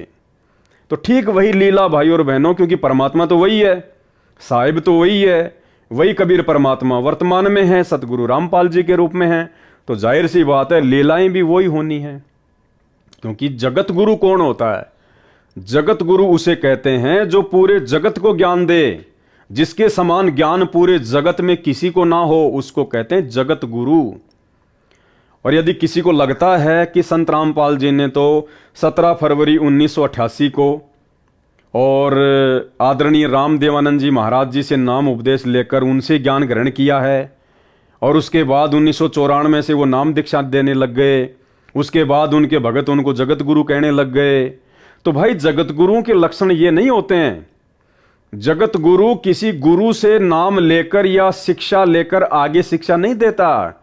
जगत गुरु तो सदा से ही जगत गुरु होता है। सतगुरु आदि अनादि है, सतगुरु मद है मूल, सतगुरु को सिजदा करूं एक पलक नहीं भूल। सतगुरु पूर्ण ब्रह्म है, सतगुरु आप अलेख, सतगुरु रमता राम है, इसमें मीन न मेख। तो वर्तमान में सतगुरु रामपाल जी परमेश्वर जी की लाखों करोड़ों की संख्या में जो संगत है, और जो संगत नादानी में, अज्ञानता में, मूर्खता में, भेड़ चाल में, देखा देखी में 17 फरवरी के दिन सतगुरु रामपाल जी परमेश्वर जी का बोध दिवस मनाती है, उन आध्यात्मिक ज्ञानहीन भक्तों को यह समझना चाहिए कि आपके गुरु जी को बोध करवाने वाला, यदि आप अपने गुरु को कबीर जी मानते हैं तो, यदि आप अपने गुरु को परमात्मा मानते हैं तो फिर उस कबीर को, उस परमात्मा को, सतगुरु रामपाल जी को बोध करवाने वाला, चाहे आध्यात्मिक ज्ञान हो चाहे व्यवहारिक ज्ञान हो, उस परमेश्वर को बोध करवाने वाला, बोध का मतलब होता है ज्ञान। इस सकल सृष्टि में ना कोई पैदा हुआ था, ना कोई पैदा है और ना कोई पैदा होगा, क्योंकि सकल सृष्टि उस कबीर परमेश्वर सतगुरु रामपाल जी भगवान ने ही सर्जन की है। सब उसके थल्ले थल्ले हैं, उसके नीचे नीचे हैं। तो 17 फरवरी को बचो अपने गुरुदेव का बोध दिवस मनाने से। देखा देखी में मत चलो, ये देखा देखी का मार्ग नहीं है। 650 साल पहले हम 64 लाख भगत इसी देखा देखी में तो मार खा गए, और उसी देखा देखी में आज वो काल गुरुदेव भगवान के कलयुगी परिवार को, सतलोक आश्रमों से जुड़े हुए मुख्य मुख्य लोगों को मोहरा बनाकर आप और हमें ठगना चाह रहा है। आप और हमें ठगना चाह रहा है गुरुदेव भगवान का बोध दिवस मनवाकर। तो भाई और बहनों, ऐसी नादानी करने से बचना, अन्यथा ये मौका सतलोक जाने का, परमात्मा के दिल में उनके चरणों में जगह बनाने का हमें दोबारा नहीं मिलेगा। इसलिए अब हमने नादानी छोड़कर परमेश्वर जी के ज्ञान को आधार बनाकर, अगर हम उनको जगत गुरु कहते हैं तो जगत गुरु का मतलब होता है पूरे जगत को ज्ञान देने वाला। और कोई व्यक्ति किसी दूसरे गुरु से ज्ञान लेके अगर आगे ज्ञान दे रहा है तो फिर वो जगत गुरु नहीं कहला सकता। ये कुछ लक्षण होते हैं जगत गुरु के, ये आप लोगों ने समझना पड़ेगा। भाई और बहनों, ज्ञान को आधार बना के साथ संगति से जुड़िए। यूट्यूब और फेसबुक पर जाकर पवन दास इज लाइव सर्च कीजिए, साथ संगति के वीडियो देखो, तुम्हें बहुत कुछ समझ में आएगा गुरुदेव भगवान के आशीर्वाद से। तो गुरु को मानुष मानने वाला प्राणी, गुरु को अपने जैसा एक आम व्यक्ति, आम संत मानने वाला व्यक्ति, भगत हमेशा धोखा खाता ही खाता है, और वो बिना पैंदे के लोटे की तरह होता है। उसका कोई भी मिस यूज कर सकता है। और ये लाखों की करोड़ों की संगत का 2014 बरवाला कांड के बाद से, चाहे वो इशार की तारीखों पे भेजना हो, चाहे वो राजनीति करवानी हो, कभी कांग्रेस तो कभी बीजेपी को वोट और सपोर्ट करवाना हो, हरियाणा के जाट आरक्षण में जाटों के धरने पर संगत को बैठाना हो, उन जाटों का समर्थन करवाना हो, चंदे के रूप में भक्तों के दान का पैसा देना हो, या राजस्थान के गैंगस्टर जो कि पुलिस एनकाउंटर में मारे जा चुके हैं आनंदपाल सिंह, उसकी सीबीआई जांच के समर्थन में अजमेर की रैली में हजारों भक्तों को बैठाना हो, 5-5 लाख रुपए का चेक उन राजपूत करनी सेना वालों को देना हो। इसके अलावा भी ना जाने भाई और बहनों कितने कुकर्म इन्होंने सन 2014 बरवाला कांड के बाद से संगत से करवाए हैं, लोगों की मर्यादाएं तोड़वाई हैं। गुरुदेव भगवान को इन्होंने भक्ति विरुद्ध कुकर्म करके दुखी किया है। तो अब हम सत्सेवक भाई बहनों ने इस प्रकार की गलतियां करने से बचना है। इसके अलावा भाई और बहनों, परमेश्वर हमें हमेशा यही शिक्षा देते हैं। हमें गुरुदेव ने हमेशा अपने प्रवचनों में, अपने सत्संगों में एक ही बात बताई है कि सबसे पहले आप लोगों ने एक भगत बनना पड़ेगा। जब तक आप भगत नहीं बनोगे, भक्ति आपके हृदय में प्रवेश नहीं करेगी। और परमेश्वर ने भगत का सबसे पहला लक्षण बताया आधीनता। आधीनी के पास है पूर्ण ब्रह्म दयाल, और मान बड़ाई मारियो बेअदबी सिरकाल। जो भगत आधीन होगा, जो भगत ज्ञान से परिपूर्ण होगा, विनम्र होगा, कहते हैं उसके पास में परमात्मा रहता है। आधीनी के पास है पूर्ण ब्रह्म दयाल। और मान बड़ाई मारियो, बेअदबी सिरकाल, बेअदबी यानी फालतू की बातें, व्यर्थ की बातें, कहते हैं उनके ऊपर तो काल बैठा रहता है, बेअदबी सिरकाल। तो परमेश्वर सतगुरु रामपाल जी ने, सारी सृष्टि के रचनहार ने, हमारे पूज्य गुरुदेव भगवान ने हमें एक सुयोग्य भगत बनाने के लिए क्या शिक्षा दी है। परमेश्वर कहते हैं कि जो तोको काटा बोवे वाको बोतू फूल, और तोहे फूल के फूल हैं वाको हैं त्रिशूल। ये शिक्षा दी है परमात्मा ने।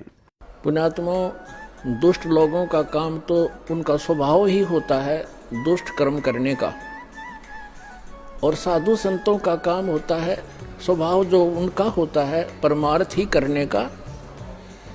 और कबीर साहब ने हमें शिक्षा भी दी है कि जो तोकू काटा बोवे ताको बोतू फूल, तोहे फूल के फूल हैं वाको है त्रिशूल। हमें परमात्मा कहते हैं कि आपको यदि कोई कष्ट देता है आप उसको कुछ ना कहो, परमात्मा पर छोड़ो, फिर देखना वो उसका कैसा रिजल्ट आपको देगा। जो तोकू काटा बोए वाको बोतू फूल, और तोहे फूल के फूल हैं वाको है त्रिशूल। वो तो विधान है परमात्मा का, जो जैसे कर्म करेगा उसको फल तो मिलेगा ही मिलेगा। तो आज यदि सतगुरु रामपाल जी परमेश्वर जी का नाम, उस पाक और पवित्र परमेश्वर का नाम, यदि इन तमाम नकली और पाखंडी धर्मगुरुओं के साथ में जोड़कर ये भारतीय मीडिया दिखा रही है, तो इसमें हम भक्तों को उत्तेजित होने की आवश्यकता नहीं है, हम भक्तों को होश में जोश खोने की आवश्यकता नहीं है। परमेश्वर ने हमें जो शिक्षा दी है उसको आधार बनाने की जरूरत है कि जो तोकू काटा बोवे, इस मीडिया ने काटा बोया है, गुरुदेव के खिलाफ उल्टा सीधा बोल के, अनर्गल बातें बोल के, झूठे आरोप लगाकर इस मीडिया ने काटा बोया है। जो तोकू काटा बोवे, फिर परमात्मा कहते हैं भगत का क्या लक्षण है, वाको बोतू फूल। हमने उसके खिलाफ वैसा ही बर्ताव नहीं करना है जैसा उसने किया। सामने वाला यदि कोई पत्थर फेंक रहा है तो भगत ने वापस पत्थर नहीं फेंकने। जो तोकू काटा बोवे वाको बोतू फूल। यदि ये मीडिया, ये न्यूज चैनल वाले परमेश्वर सतगुरु रामपाल जी के खिलाफ झूठा प्रचार कर रहे हैं, अनर्गल बातें कह रहे हैं, सेक्स रैकेट से जोड़ रहे हैं, बलात्कारी कहकर संबोधित कर रहे हैं, यानी कुछ भी झूठ फैला रहे हैं, तुम्हें समझना चाहिए कि ये शैतान का षड्यंत्र है, ये काल का षड्यंत्र है। और वर्तमान में परमात्मा आप और हमारी परीक्षा ले रहा है। काल तो वर्तमान में हर प्रकार से अपने एजेंटों के माध्यम से संगत को फंसाने का ही प्रयास करेगा। वो इसी प्रकार की सूक्ष्म चाल चलेगा। आप लाखों की संगत को लग रहा है कि भाई ये सतलोक आश्रम मैनेजमेंट हरियाणा बहुत अच्छा कर रहा है, मीडिया वालों ने हमारे गुरुजी के खिलाफ इस प्रकार की बातें बक दी, और सतलोक आश्रमों से जुड़े हुए हमारे जो भाई बहन हैं, जो कोऑर्डिनेटर हैं, उन्होंने हमारे को इस प्रकार के ये पोस्टर बना के दे दिए कि करो जम के वायरल सोशल मीडिया पर। इन मीडिया चैनल वालों की इतनी औकात क्यों हो गई, इन्होंने कैसे हमारे गुरुजी के खिलाफ इस प्रकार की बातें बोल दी। और आप लोगों ने जरा सा भी ज्ञान को आधार ना बनाकर और आंख बंद करके भेड़ चाल में इन पोस्टर्स को वायरल करना शुरू कर दिया। अरे यही तो परीक्षा है परमात्मा की, अरे यही तो सूक्ष्म चाल है दूसरी तरफ उस शैतान की, उस काल की। उधर से वो भी जोर लगाएगा आप और हमारी मर्यादाएं खंडित करवाने के लिए, वो सूक्ष्म चाल चलेगा। और ये सूक्ष्म चाल है इस प्रकार से पोस्टर बनवाकर आप भक्तों से सोशल मीडिया पर वायरल करवाना।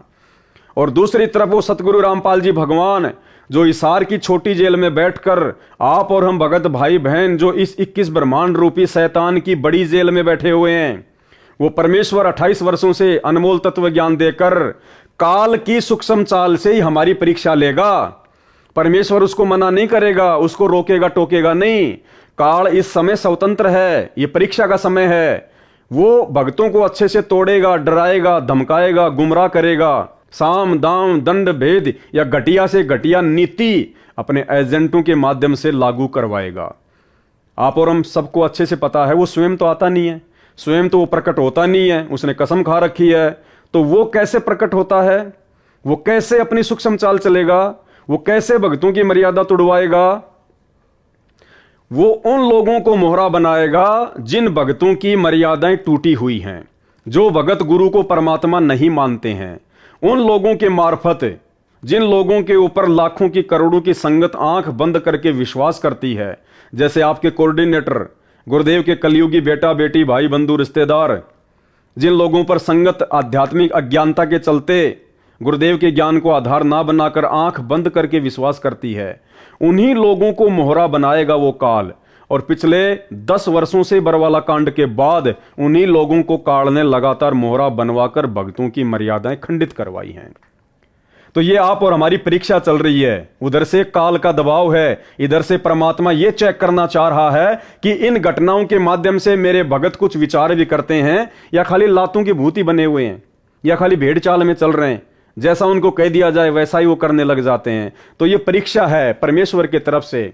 तो गुरुदेव कहते हैं जो तोकू काटा बोवे, ये मीडिया वालों ने काटा बोया है। काल की प्रेरणा से हम भक्तों को भड़काने का प्रयास किया, उस काल ने हमारे को ठगने का प्रयास किया। तो परमेश्वर कहते हैं ऐसी स्थिति में, ऐसी परिस्थिति में भगत ने उनको वैसे ही उल्टा जवाब नहीं देना चाहिए, केवल समझाना चाहिए।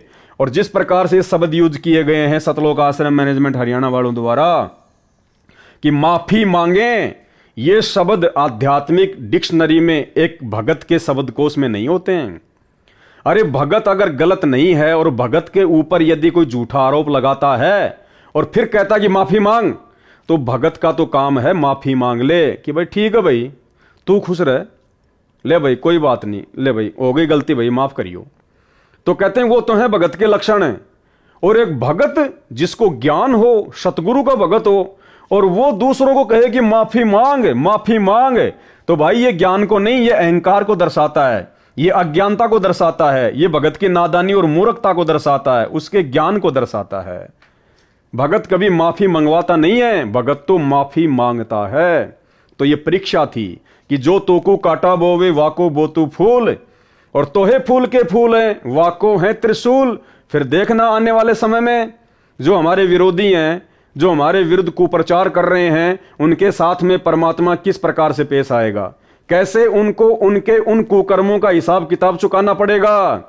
हमने वो परमात्मा पे छोड़ना पड़ेगा, गुरुदेव भगवान पर छोड़ना पड़ेगा। हमें केवल अपनी भक्ति से मतलब है, हमने केवल उतना ही करना है जितना गुरुदेव ने अपने सत्संगों में करने के लिए हमारे को निर्देशित कर दिया है कि जो तोकू काटा बोवे वाको बोतू फूल, और तोहे फूल के फूल हैं वाको हैं त्रिशूल।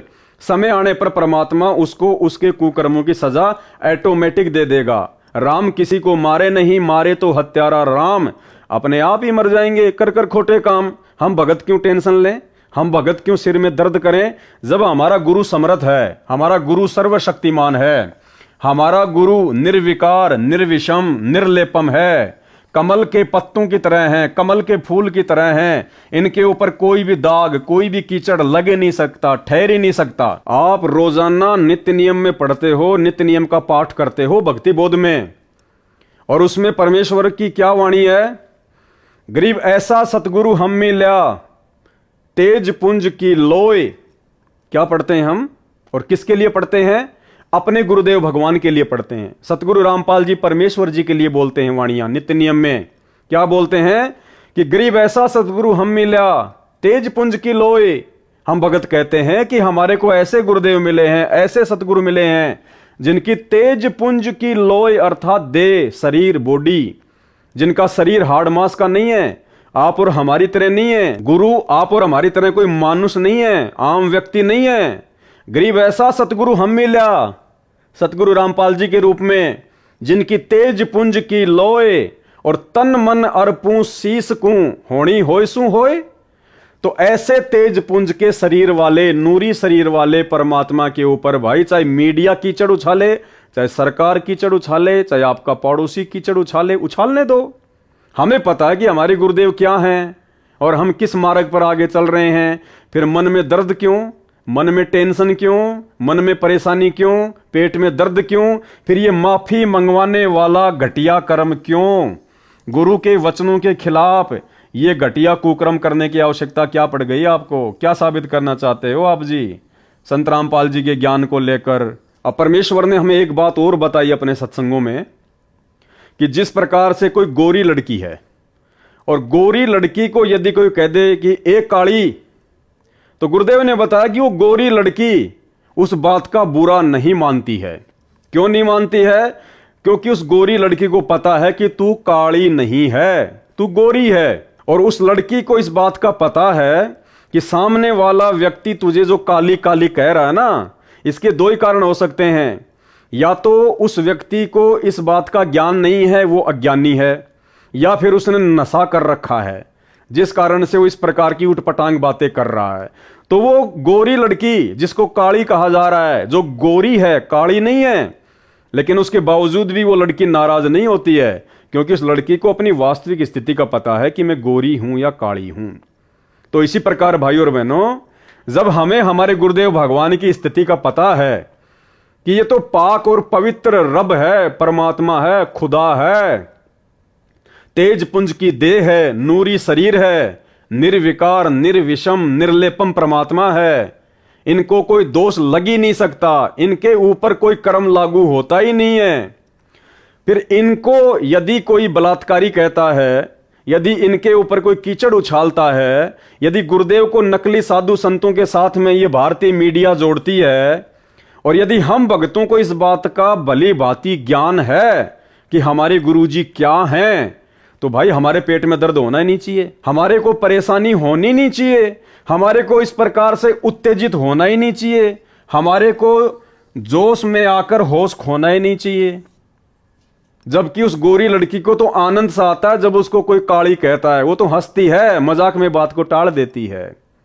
और हम तत्वज्ञानी भगत ऐसे महापुरुष से अनमोल तत्वज्ञान लेकर भी आज वर्तमान में भी इस प्रकार की घटिया हरकतें करके अपनी आध्यात्मिक अज्ञानता को दुनिया के सामने पेश कर रहे हैं।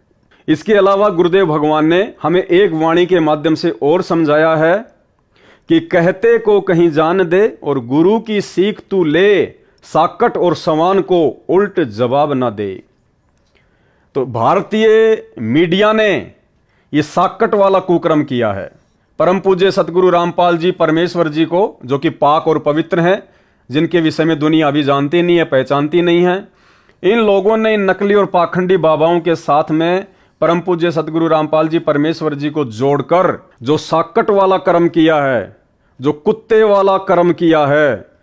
तो भाई और बहनों, यदि हम भक्तों को ज्ञान है, क्योंकि वो तो जगत है, उनको तो ज्ञान नहीं है, मीडिया वालों को तो कुछ भी कह सकते हैं, लेकिन हमें तो परमात्मा ने बताया ना कि ऐसी परिस्थिति में जब तुम्हारे खिलाफ या तुम्हारे गुरुदेव के खिलाफ यदि कोई उल्टी सीधी बातें बोले, अनर्गल झूठ फैलाए, तो ऐसे समय में भक्तों का क्या रिएक्शन होना चाहिए? कहते को कहीं जान दे और गुरु की सीख तू ले, साकट और सवान को उल्ट जवाब ना दे। तो भारतीय मीडिया, ये समाचार पत्र वाले, टीवी चैनल वाले, यदि सतगुरु रामपाल जी परमेश्वर जी के खिलाफ इस प्रकार की झूठी न्यूज चला रहे हैं, कहते को कहीं जान दे, ये जो भी कह रहे हैं इनको कहने दो।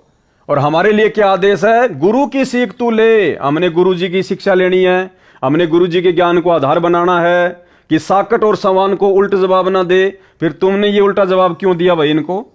तुमने माफी मांगने की बात कहकर तुमने तो उल्टा जवाब दे दिया।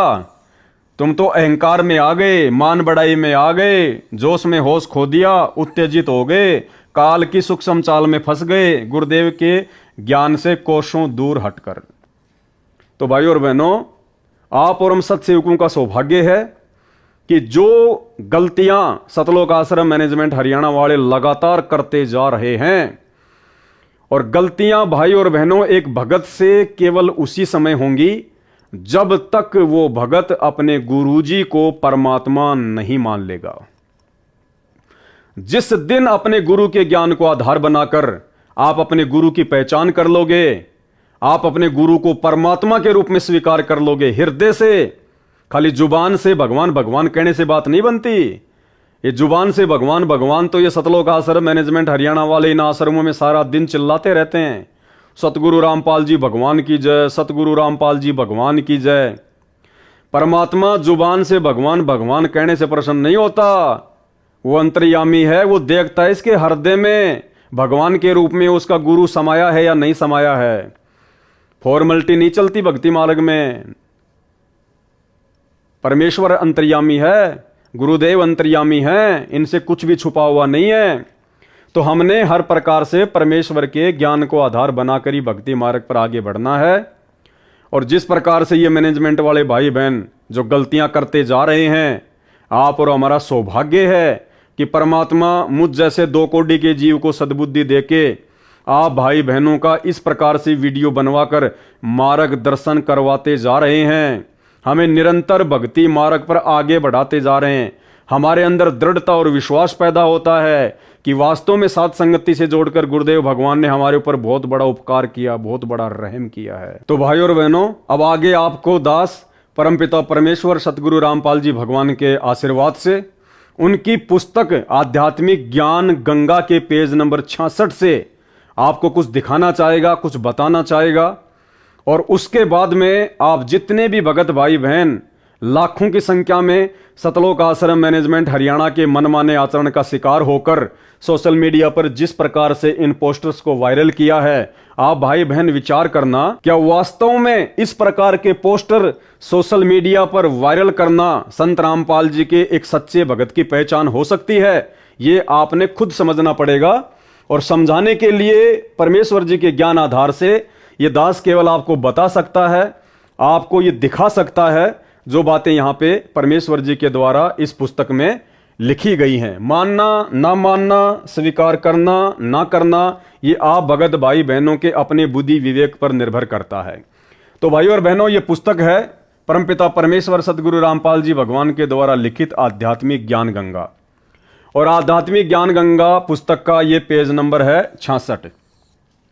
और इस पर सतगुरु रामपाल जी भगवान ने एक भगत को किस प्रकार से भक्ति मार्ग पर रहना चाहिए, कितनी शांति और अधीनता के साथ में रहना चाहिए, और कैसे हमने दूसरे लोगों के साथ वाद विवाद करने से बचना चाहिए ताकि हम अपनी भक्ति को सफल करें और काल की किसी भी चाल में ना फंस सकें।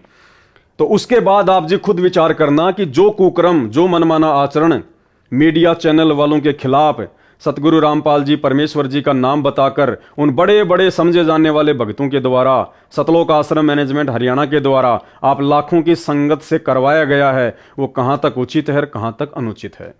तो ये पुस्तक आध्यात्मिक ज्ञान गंगा पेज नंबर 66, इसमें गुरुदेव भगवान क्या कह रहे हैं? हम एक कुल मालिक की संतान हैं। ये किसके लिए कहा परमात्मा ने?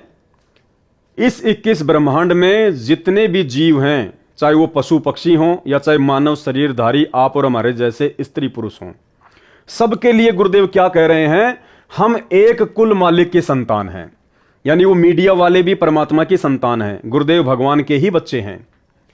सत्य ज्ञान न होने से हिंदू मुसलमान के झगड़े, हिंदू सिख के झगड़े, मुसलमान ईसाई के झगड़े धर्म के श्रेष्ठता और अश्रेष्ठता के कारण हैं। परमेश्वर कह रहे हैं कि इस संसार में आप मानव शरीरधारी प्राणियों के जितने भी आपस के झगड़े, राग द्वेष, ईर्ष्या, मारपीट जो भी होती है ना, ये आपस में धर्म के नाम पे होती है, धार्मिक अज्ञानता के नाम पे होती है, काल की, शैतान की सूक्ष्म चाल के कारण होती है। हम एक कुल मालिक की संतान हैं। सतज्ञान ना होने से, यानी वास्तविक आध्यात्मिक ज्ञान ना होने से, जबकि आप और हमें तो गुरुदेव ने सत्य ज्ञान दे दिया, वास्तविक आध्यात्मिक ज्ञान दे दिया। सतज्ञान ना होने से हिंदू मुसलमान के झगड़े, हिंदू सिख के झगड़े, मुसलमान ईसाई के झगड़े धर्म के श्रेष्ठता और अश्रेष्ठता के कारण है कि हमारा धर्म बढ़िया, हमारा धर्म बढ़िया। विश्व युद्ध में भी इतना रक्तपात नहीं हुआ होगा जितना धर्म के खतरे की आड़ में हो चुका है। धार्मिकता के खतरे की तरफ ध्यान न देने से अनेक बुराइयां सर्व पवित्र धर्मों में घर कर चुकी हैं। सर्व पवित्र धर्मों में 1% व्यक्ति होते हैं जो 99% को आपस में लड़वाकर मरवा रहे हैं। ठीक इसी प्रकार ये जो सतलोक आश्रम मैनेजमेंट हरियाणा से जुड़े हुए मुख्य लोग हैं, ये संत रामपाल जी की लाखों की करोड़ों की संख्या की तुलना में 1% हैं, मुश्किल से 1%। और इन लोगों ने काल प्रेरणा से, काल की सूक्ष्म चाल में फंसकर, काल के एजेंट बनकर इस परीक्षा के समय में संत रामपाल जी के 99% भक्तों की रेल बना रखी है। सबकी मर्यादा निरंतर तुड़वाने में लगे हुए हैं। धार्मिकता के खतरे की तरफ ध्यान न देने से अनेक बुराइयां सर्व पवित्र धर्मों में घर कर चुकी हैं। सर्व पवित्र धर्मों में केवल 1% व्यक्ति होते हैं जो 99% को आपस में लड़वाकर मरवा देते हैं। इसके विपरीत हिंदू हिंदू को मार रहा है, सिख सिख को काट रहा है, मुसलमान मुसलमान को परेशान कर रहा है, ईसाई ईसाई का दुश्मन बना हुआ है, आर्य समाजी पर ही मुकदमे किए बैठा है, कबीर पंथियों के दुश्मन बने बैठे हैं। जिस प्रकार हम भी तो कबीर पंथी हैं, यानी सतगुरु रामपाल जी भगवान स्वयं कबीर परमात्मा हैं, और उनसे उपदेश लेकर उनके शिष्य बनकर हम भी कबीर पंथी हो गए। तो परमेश्वर कह रहे हैं कबीर पंथियों के दुश्मन बने हैं। आज हम सत्सेवकों को जो कि ज्ञान आधार से भक्ति करना चाहते हैं, जगह जगह साथ संगतियां करके परमेश्वर के ज्ञान आधार से हम लोग 5 यज्ञ करते हैं, एक दूसरे भाई बहनों की गुरुदेव के सत्संग आधार से शंका समाधान करते हैं, परमेश्वर को इकट्ठा होकर भोग लगाते हैं। तो आज हम कबीर पंथियों को सबसे ज्यादा दुखी परेशान कौन करता है? आज सैकड़ों की संख्या में जितनी भी साथ संगतियां हो चुकी हैं, और उनमें से ज्यादातर साथ संगतियों में बीच में आकर या पुलिस वालों को लेकर सबसे ज्यादा भक्तों को परेशान कौन करता है? भक्तों को दुखी कौन करता है? भक्तों के साथ में मारपीट कौन करवाता है? भक्तों के साथ में स्वयं मारपीट कौन करता है? भक्तों की साथ संगतियां कौन कैंसिल करवाता है? सतलोक आश्रम मैनेजमेंट हरियाणा, यानी कबीर पंथी ही कबीर पंथियों के दुश्मन बने हुए हैं, तथा अन्य आश्रमों में तथा डेरों के महंतों व संतों के आपस में कत्लेआम तथा मुकदमे तत्व ज्ञान के अभाव के कारण ही हो रहे हैं। यानी गुरुदेव ने स्पष्ट कर दिया कि ये जितनी भी नादानियां जो हो रही हैं वर्तमान में भक्ति मार्ग में, ये सब आध्यात्मिक अज्ञानता के कारण हो रही है, सतज्ञान की कमी के कारण हो रही है। तो भाइयों और बहनों, अरे हमें तो सतज्ञान दे दिया गुरुदेव भगवान ने। अरे सतलोक आश्रमों से जुड़े हुए भाई बहनों, तुम्हें तो सतज्ञान मिल गया, सच्चा गुरु मिल गया, तत्व ज्ञान मिल गया। फिर तुम क्यों इस प्रकार से इन मीडिया चैनल वालों के खिलाफ ये भड़काऊ पोस्टर वगैरह डाल रहे हो? क्यों तुम उनसे माफी मंगवाने की जिद पे अड़े हुए हो? अगर वो सहज में माफी मांग लेंगे तो ठीक है, नहीं तो फिर तुम क्या करोगे? तुम्हारे को एक आदेश पारित किया जाएगा, सत्संग के नाम पे तुम्हारे को किसी आश्रम में बुलाया जाएगा, धनाना आश्रम में या किसी और आश्रम में, और तुम सबको फिर गुरुजी का आदेश बताया जाएगा कि ये मीडिया चैनल वाले माफी नहीं मांग रहे, हमने ये 20 बसें खड़ी कर दी हैं, सभी भगत इन बसों में बैठ जाओ, जो इन बसों में नहीं बैठेगा उसका नाम खंड हो जाएगा, हम उसका पीला पर्चा निकाल देंगे, हम उसकी नो एंट्री कर देंगे। डरा धमका के तुम भक्तों को बसों में बैठाकर दिल्ली के नोएडा में जा टेकेंगे, वहां पे तुम्हारे से हाय हाय हाय हाय मीडिया चैनल वालों के खिलाफ करवाएंगे। अब मीडिया चैनल वाले ऊपर से आएंगे, 2 शब्द बोल के चले जाएंगे, दूसरे दिन छोटी सी किसी कोने में एक न्यूज दे देंगे कि हमने अन्य नकली साधु संतों के साथ में जो संत रामपाल जी का नाम जोड़ा था, ऐसा संत रामपाल जी में कुछ भी नहीं है, हम उसके लिए क्षमा प्रार्थी हैं। तुम खुश हो जाओगे। तो ये आपकी आध्यात्मिक अज्ञानता है। अब भाइयों और बहनों, इस आध्यात्मिक ज्ञान गंगा पुस्तक के पेज नंबर 66 पर जो ये बातें लिखी हैं सतगुरु रामपाल जी परमेश्वर जी के द्वारा, और इसमें क्या लिखा हुआ है? तथा अन्य आश्रमों तथा डेरों के महंतों व संतों के आपस में कत्लेआम तथा मुकदमे तत्व ज्ञान के अभाव के कारण ही हैं। यानी संत रामपाल जी भगवान ये कहना चाह रहे हैं कि ये जितने भी आश्रम हैं, जितने भी ये कबीरपंथी हैं, जो गुरु बन के बैठे हैं, जो शिष्य हैं, आपस में भी ये एक दूसरे पर मुकदमे किए हुए बैठे हैं। तो ये सब कुछ क्यों है? आध्यात्मिक अज्ञानता के कारण, सतज्ञान की कमी के कारण। कौन लिख रहे हैं ये बात? संत रामपाल जी। यानी संत रामपाल जी कह रहे हैं कि भक्तों के आपस में मुकदमे नहीं होने चाहिए, गुरु चेलों के आपस में मुकदमे नहीं होने चाहिए। अगर कोई ऐसा करता है तो साबित हो जाता है कि उसको ज्ञान नहीं है, उसको पूर्ण सतज्ञान नहीं है। अब आपके मन में एक छोटी सी शंका आ सकती है कि यहां तो खुद गुरुजी किसी के ऊपर मुकदमे ना करने की सलाह दे रहे हैं, तो फिर गुरुजी ने सन 2022 में पवन दास के ऊपर 420 का मुकदमा क्यों करवाया?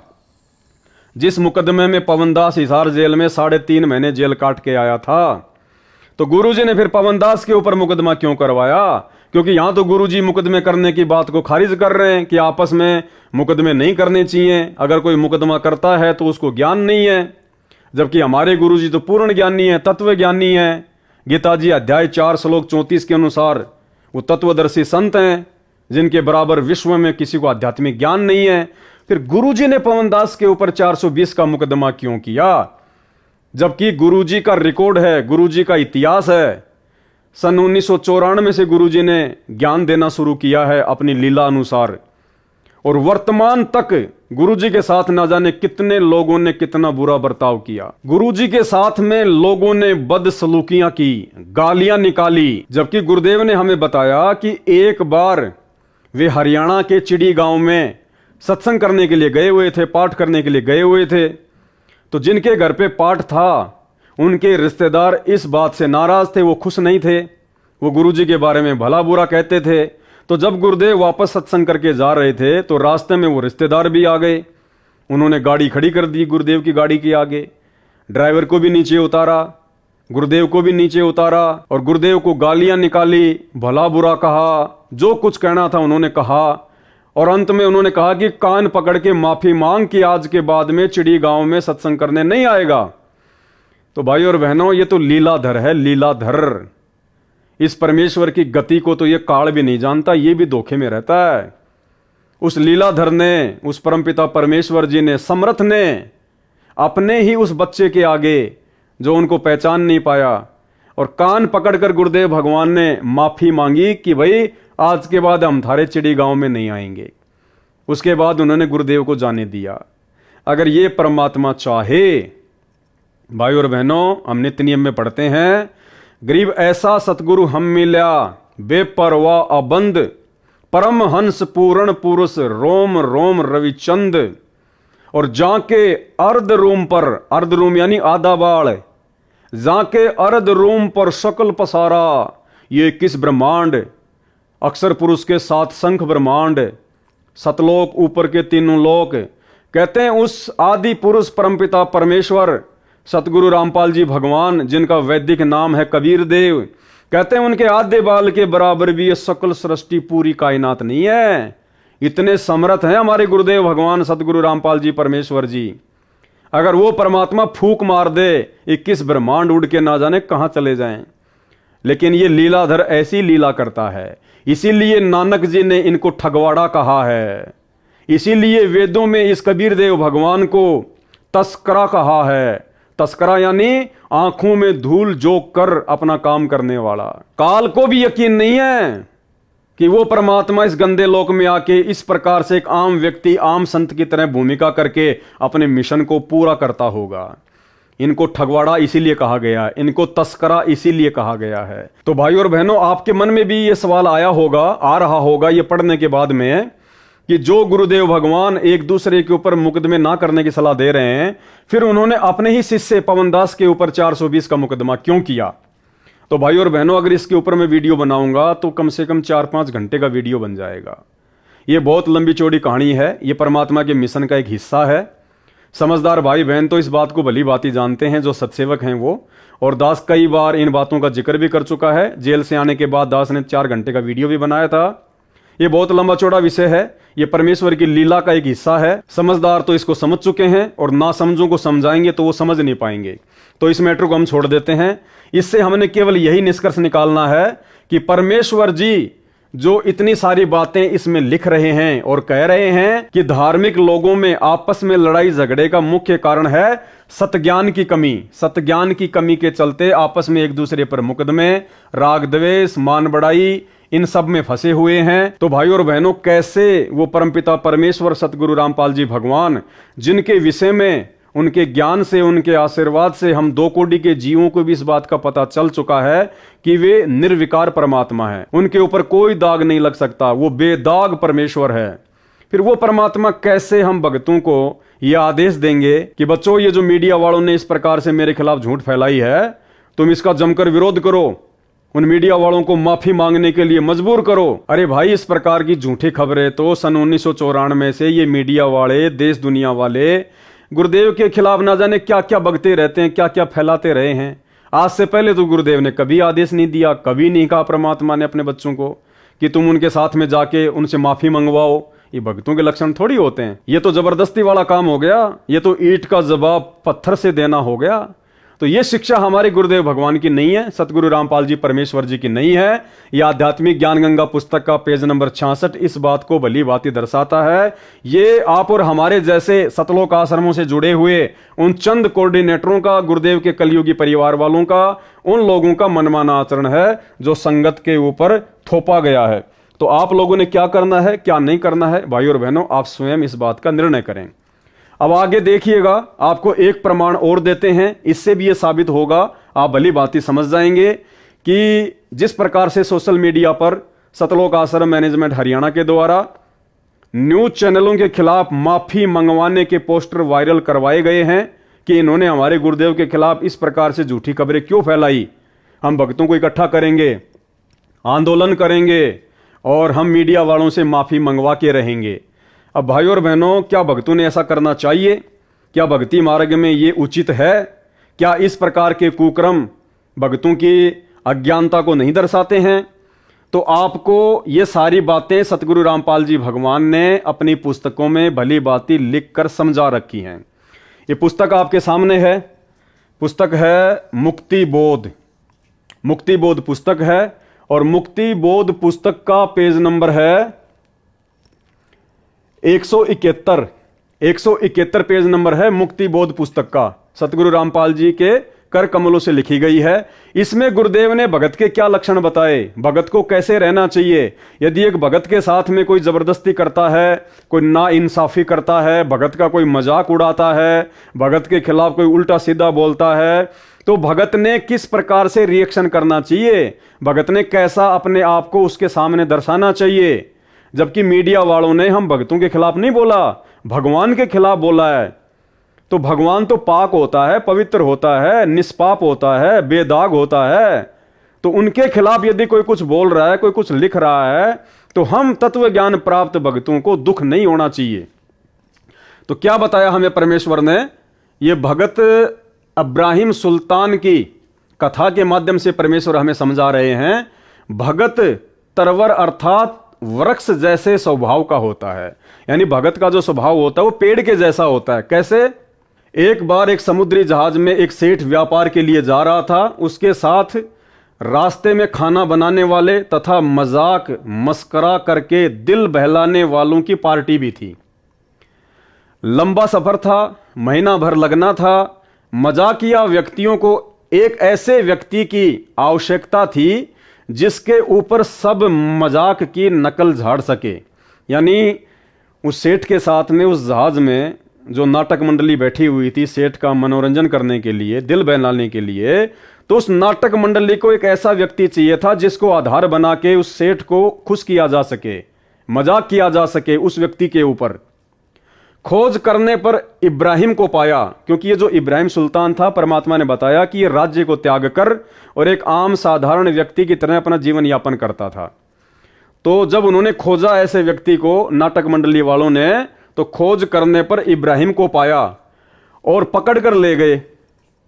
सोचा कि इस भिखारी को रोटियां चाहिए। वो तो उस परमात्मा की आत्मा को भिखारी समझ रहे थे, जबकि उनको पता नहीं था कि भैया ये तो बलक बुखारे का राज्य त्याग कर परमात्मा के लिए भटक रहा है। इसके पास तो ऐसा ठाठ बाट था, देवताओं के राजा इंद्र के पास भी नहीं था। लेकिन वो तो उसको भिखारी समझ रहे थे। सोचा कि इस भिखारी को रोटियां चाहिए, मिल जाएंगी। समुद्र में दूर जाने के पश्चात सेठ के लिए मनोरंजन का प्रोग्राम शुरू हुआ। इब्राहिम के ऊपर मजाक कर रहे थे, कह रहे थे कि एक इस इब्राहिम जैसा मूर्ख था, वह वृक्ष की उसी डाली पर बैठा था जिसे काट रहा था, गिरकर मर गया। हा हा करके हंसते थे। यानी उस इब्राहिम सुल्तान के ऊपर मजाक झाड़ रहे थे, उसको आधार बनाकर कि एक इसके जैसा मूर्ख था, वो जिस टहनी को काट रहा था उसी टहनी पर बैठा हुआ था, फिर नीचे गिर गया और फिर हा हा करके सारे हंसने लगे। पहले यही मनोरंजन के साधन होते थे। पहले कोई टीवी रेडियो आदि तो थे नहीं, ये फिल्में वगैरह तो बनती नहीं थी, तो इसी प्रकार से अपना वो टाइम पास किया करते थे और हाँ हाँ करके हंसते थे। इस प्रकार बहुत देर तक ऐसी अभद्र टिप्पणियां करते रहे, यानी उस परमात्मा के भगत को लेकर इस प्रकार से वो मजाक करते रहे।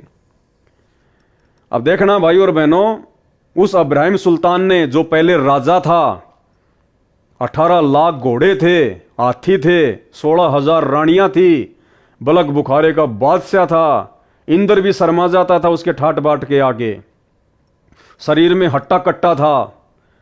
भाई और बहनों, उस भगत ने क्या रिएक्शन दिखाया जब उसके ऊपर लोग मजाक करने लगे, मजाक झाड़ने लगे, अभद्र टिप्पणियां करने लगे, जबकि राजा में तो कितना अहंकार होता है।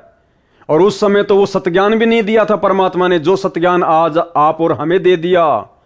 उसके बावजूद इब्राहिम सुल्तान ने क्या रिएक्शन दिखाया?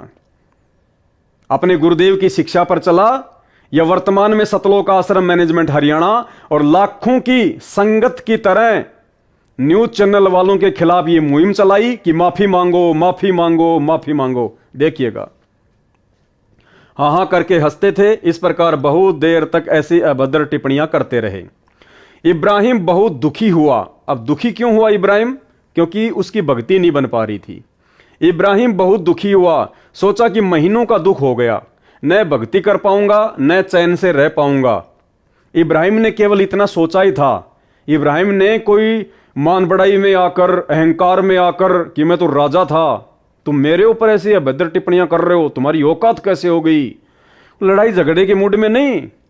इब्राहिम दुखी हुआ कि हे परमात्मा, ये महीने भर का समुद्र का सफर है और महीने भर तक इसी प्रकार से ये लोग मेरा मजाक बनाते रहेंगे, मैं भक्ति नहीं कर पाऊंगा। मजाक तो चाहे मेरा लाख बना लो, कोई दिक्कत नहीं है। भगतकार भगवान का तो इस गंदे लोक में मजाक बनता ही आया है, लेकिन मेरी भक्ति नहीं हो पाएगी, परमेश्वर आपकी समय पर आरती स्तुति नहीं हो पाएगी। इस बात को लेकर वो दुखी सा हुआ।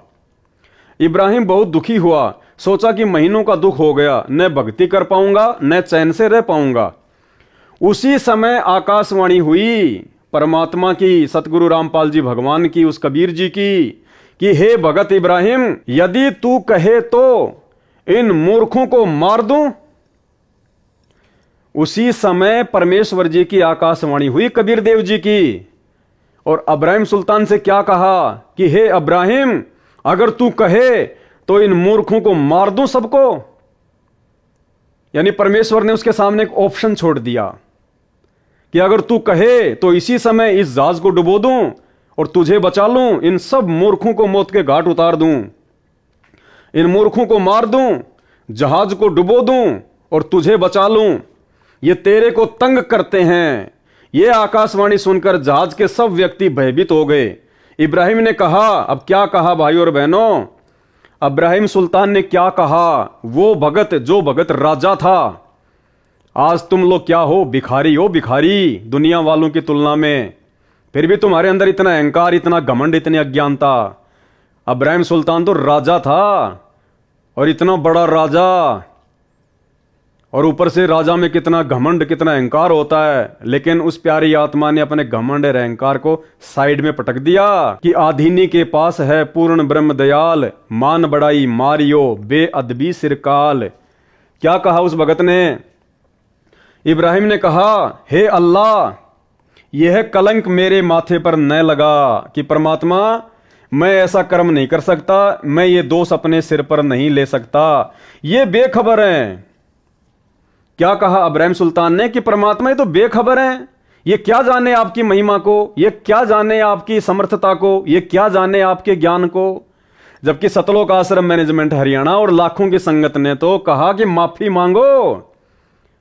मीडिया वालों से कह रहे हैं, न्यूज चैनल वालों से, सोशल मीडिया पर पोस्टर वायरल करके कि तुमने हमारे गुरुजी के खिलाफ ऐसा क्यों बोल दिया, नकली साधु संतों के साथ में क्यों जोड़ दिया, माफी मांगो, माफी मांगो। और इब्राहिम सुल्तान क्या कह रहा है? ये बेखबर हैं, इतने व्यक्तियों के मारने के स्थान पर मुझे ही मार दे या इनको सद्बुद्धि दे दे। उनको सद्बुद्धि देने की बात कही इब्राहिम सुल्तान ने, और तुम लोग मीडिया वालों से माफी मंगवा रहे हो। ये आपकी भक्ति करके अपने जीवन का कल्याण कराएं। जहाज मालिक सहित सब यात्रियों ने इब्राहिम से क्षमा याचना की, यानी उस इब्राहिम सुल्तान का ऐसा व्यवहार देखकर सभी लोगों ने और जहाज के मालिक ने इब्राहिम सुल्तान से माफी मांगी। और वर्तमान में तुम सतलोक आश्रम मैनेजमेंट हरियाणा से जुड़े हुए भाई बहन जिस प्रकार से एक मुहिम चला रहे हो टीवी न्यूज चैनल वालों से माफी मंगवाने की, तुम्हारी इस गंदी हरकत से, तुम्हारे इस अहंकार को देखकर, तुम्हारी इस मान बढ़ाई को देखकर क्या मीडिया वाले कभी परमात्मा के ज्ञान को सुनना पसंद करेंगे? क्या मीडिया वाले कभी तुम्हारे से बैठकर ज्ञान चर्चा करेंगे? अरे तुम भगत हो, अपनी साधुता दिखाते, सतलोक आश्रम से 5 व्यक्ति जाते, मीडिया चैनल वालों के जो सीनियर हैं उनसे बैठ के बात करते, उनको ज्ञान गंगा पुस्तक दे के आते, उनको गुरुदेव भगवान के विषय में उनको समझा के आते, और जो गलती उनसे हुई है प्यार और प्रेम के साथ में उनको बताते। निश्चित तौर पर उन पर असर होता, निश्चित तौर पर, और निकट भविष्य में कभी भी वो व्यक्ति ऐसी न्यूज नहीं चलाते। लेकिन तुमने क्या किया? कहते हो कि हम तत्वज्ञानी संत के भगत हैं, हमें ज्ञान है, हम सतलोक जाएंगे हैं, और काम कर रहे हो तुम ये सड़े गले, ये बदबूदार काम कर रहे हो तुम, मान बराई और अहंकार में तुम सड़ रहे हो। इसलिए तो गुरुजी अपने इन हिसार जेल से आने वाली ऑडियो में कह रहे हैं कि बच्चों तुम अहंकार में सड़ रहे हो, काल तुम्हारे सिर पे बैठा है, दुर्गति करेगा तुम्हारी दुर्गति। ये ऑडियो सुन लो पहले परमात्मा की। परमार्थ क्या है? स्वार्थ में वर्द अवस्था आएगी। अब भी 3-3 घंटे 4-4 घंटे खड़ा होकर परमात्मा की नौकरी कर रहा हूं, उसके बच्चों के। आँख खोल लो, 10 समझ थोड़ी सी भी बची हो तो काल ने फूक दिया कति दिमाग तुम्हारे। तो भाई अगर भक्ति करनी है, भगवान को प्रसन्न करना है, तो इब्राहिम सुल्तान जैसा बनना पड़ेगा, उससे भी कई गुना ऊपर उठ के आधीन और विनम्र बनना पड़ेगा। ये मोटी मोटी पुस्तकें, ये लेख, ये सतगुरु रामपाल जी भगवान ने कोई मनोरंजन के लिए नहीं लिखे, टाइम पास के लिए नहीं लिखे, हम भक्तों के लिए लिखे कि हमने कैसा होना चाहिए, भक्ति में आने के बाद हमारा आचार विचार व्यवहार कैसा होना चाहिए, दूसरे ज्ञानहीन लोगों के प्रति हमारी सोच कैसी होनी चाहिए। तो इब्राहिम सुल्तान ने कहा, जब परमेश्वर ने आकाशवाणी की कि इब्राहिम अगर तू कहे तो मैं इन सबको मार दूं, जहाज को डुबो दूं, उसी समय आकाशवाणी हुई कि हे भगत इब्राहिम, यदि तू कहे तो इन सब मूर्खों को मार दूं, जहाज को डुबो दूं, तुझे बचा लूं, ये तेरे को तंग करते हैं। यह आकाशवाणी सुनकर जहाज के सब व्यक्ति भयभीत हो गए। इब्राहिम ने कहा, हे अल्लाह, यह कलंक मेरे माथे पर न लगा, ये बेखबर हैं, इतने व्यक्तियों के मारने के स्थान पर मुझे ही मार दे या इनको सद्बुद्धि दे दो, ये आपकी भक्ति करके अपने जीवन का कल्याण कराएं। जहाज मालिक सहित सब यात्रियों ने इब्राहिम से क्षमा याचना की। क्यों? भगत के विचारों को देखकर। जब भगत ने कहा कि इनके स्थान पर मुझे मार दे, जबकि वो लोग भगत को दुखी कर रहे थे, फिर भी भगत ने उनको दुखी नहीं करना चाहा, तो वो परमेश्वर की वाणी पे चलता था कि जो तोकू काटा बोवे वाको बोतू फूल। और जब वो इब्राहिम सुल्तान परमात्मा की वाणी पे टिका रहा तो परमेश्वर ने आकाशवाणी करनी पड़ी, और जो लोग उसके ऊपर मजाक झाड़ रहे थे उन लोगों ने भी अपनी गलती का एहसास करते हुए इब्राहिम से माफी मांगी, और बाद में परमेश्वर जी से नाम उपदेश भी लिया। यह आपकी भक्ति करके अपने जीवन का कल्याण कराएं। जहाज मालिक सहित सब यात्रियों ने इब्राहिम से क्षमा याचना की तथा परमात्मा का ज्ञान सुना। अब तुम्हारा ज्ञान कौन सुनेगा भाई? तुम्हारा आचरण, तुम्हारा व्यवहार, तुम्हारा लक्षण भगत जैसा है ही नहीं। तुम तो उल्टा अहंकार में सड़ रहे हो, मीडिया वालों से माफी मंगवाने की जिद पे अड़े हुए हो, इस प्रकार के पोस्टर सरेआम तुम सोशल मीडिया पर वायरल कर रहे हो। देश दुनिया को क्या संदेशा दे रहे हो तुम? जहाज मालिक सहित सब यात्रियों ने इब्राहिम से क्षमा याचना की तथा परमात्मा का ज्ञान सुना, आदर के साथ अपने साथ रखा। उसके बाद इब्राहिम सुल्तान को आदर के साथ अपने साथ में रखा। भक्ति करने के लिए जहाज में भिन्न स्थान दे दिया। देखो, जो व्यक्ति परमात्मा की वाणियों पर चलता है, परमात्मा ये संकेत कर रहे हैं कि परमात्मा फिर उसके लिए सारी व्यवस्था भी करवा देता है। देखो, इब्राहिम सुल्तान को गालियां भी सुननी पड़ी।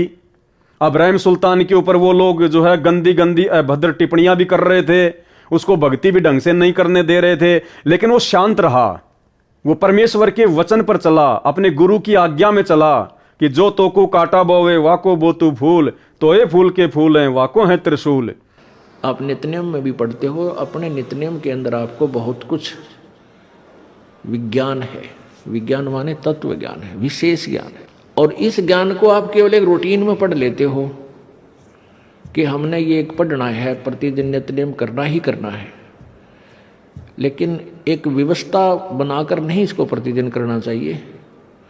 जितनी देर भी इसको सुनो, किसी भी पार्ट को, इसके नित्यनियम का जितना भी बुद्धि मन निश्चल हो तेरा आपका, तो ये विचार करें कि इसमें क्या बोला है मालिक ने अपनी वाणी में, क्या आदेश है तेरे लिए।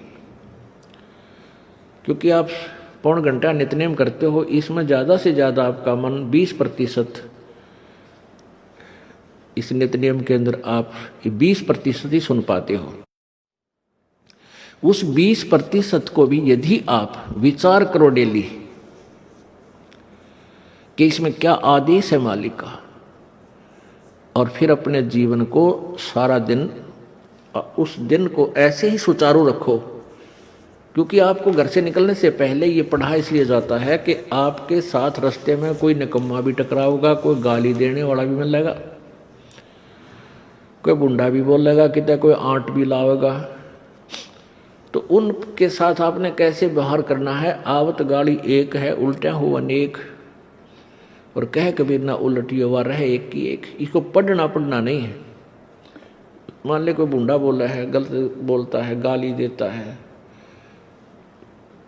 तो उसने तो कर दिया यूँ काम, और आप भी उल्टा दोगे तो फिर 4 और देगा कि वो तो पूरे मूड में है, वो तो फुल मूड में है लड़ाई के में, और आप भी आगे से उल्टी बोल पड़ोगे तो वो तो 4 बैठा है।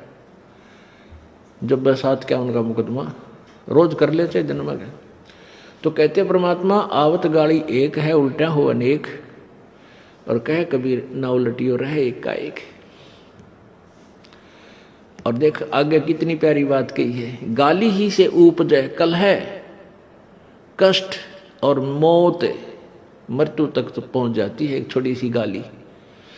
गाली ही से उपजे कलह कष्ट और मीच, हार चले सो संत है, लाग मरे सो नीच। हम भगत भी हैं और दूसरा में बुंडा अच्छा बोल रहा है, और उसने मान लिया किसी किस कह दिया, हमने उसके 2 दड़ाक धर दिए, उल्टे भी बोल दिए, फिर वो मारन पर उतारू हो गए, फिर हमने उठोक दिया। हो सकता है आप उसे तगड़े भी हो और अच्छा भी संवार दो, फिर आप में और उसमें कसर के रहेगी। आप तगड़े भी हो और आपसे हल्का आदमी भी आपने बुढ़ा अच्छा बोला है, उसने बालक समझ के अनजान है, उससे बचो। तो इन नित्य नियम करने का डेली हमें जो पाठ करते हैं, इससे ज्ञान यज्ञ तो होता ही है। ज्ञान यज्ञ के साथ हमने समाधान भी इसका साथ पैरेलल करना पड़ेगा, तभी इसके पढ़ने का लाभ है। एक लाभ तो हो गया ज्ञान यज्ञ का, और उसके ऊपर अमल हमने किया नहीं, उसका काम फिर सारा बिगड़ गया। तो कहते हैं ये बातें कहन सुन के नहीं भाई, ये कर पाड़न की है। उसने साधुता दिखाई, उसने भगतपना दिखाया, तो अंत में परमात्मा ने उन्हीं लोगों के माध्यम से उस जहाज में अब्राहिम सुल्तान के लिए भक्ति की व्यवस्था भी करवा दी। भक्ति करने के लिए जहाज में भिन्न स्थान भी दे दिया। यानी भाई और बहनों, ये परमात्मा जी की अमर वाणियां हैं। ये वाणियां आज भी वैसी हैं, अब्राहिम सुल्तान के समय भी वैसी थी और सतयुग में भी वैसी थी। यदि हम परमात्मा की वाणियों पर चलेंगे तो परमेश्वर की वाणियों के अनुसार ही फिर हमारे को लाभ मिलेगा कि जो तोकू काटा बोवे वाको बोतू फूल, तो ये फूल के फूल हैं, वाको हैं त्रिशूल। अंत में भगत के साथ में अच्छा ही होगा। इब्राहिम ने उन सबको सत्य ज्ञान समझाकर आश्रम में लाकर गुरुजी से दीक्षा दिला दी। ये होते हैं भगत के लक्षण। और जब भगत अपने लक्षणों को दिखाता है, भक्ति वाले लक्षणों को, अपने गुरुजी के वचन पर चलता है, तो परमात्मा भी कोई कमी नहीं छोड़ता है। भाई और बहनों, हम सत्सेवकों ने ये शिक्षा लेनी है। इन सतलोक आश्रम से जुड़े हुए भाई बहनों की मूर्खता को आधार बनाकर हम भाई बहनों ने काल को मौका नहीं देना है। हमने वास्तव में गुरुदेव ने जिस प्रकार से हमें ज्ञान दिया, सत्संग दिए, और हमें जिस प्रकार से भगत बनाना चाहा, हमने उस प्रकार से भगत बनना पड़ेगा यदि वास्तव में अपना आत्म कल्याण चाहते हैं तो। अगर इसी जन्म में सतलोक जाना चाहते हैं तो। अन्यथा ये पुस्तकें, ये वाणियां परमेश्वर कोई खाली टाइम पास के लिए नहीं लिख रहे हैं। अब भाई और बहनों, इतना सारा सब कुछ विश्वास और गुरुदेव के वचन पर चलना, गुरुदेव की आज्ञा में चलना, ये सब कुछ तभी संभव है जब हम अपने गुरुजी को पहचान लेंगे, जब हम अपने गुरुदेव भगवान को परमात्मा के रूप में हृदय से स्वीकार कर लेंगे, जब हम उनके ज्ञान को अपने अंतःकरण में समा लेंगे। भाई और बहनों, उसी समय भगत के अंदर बदलाव आ सकता है।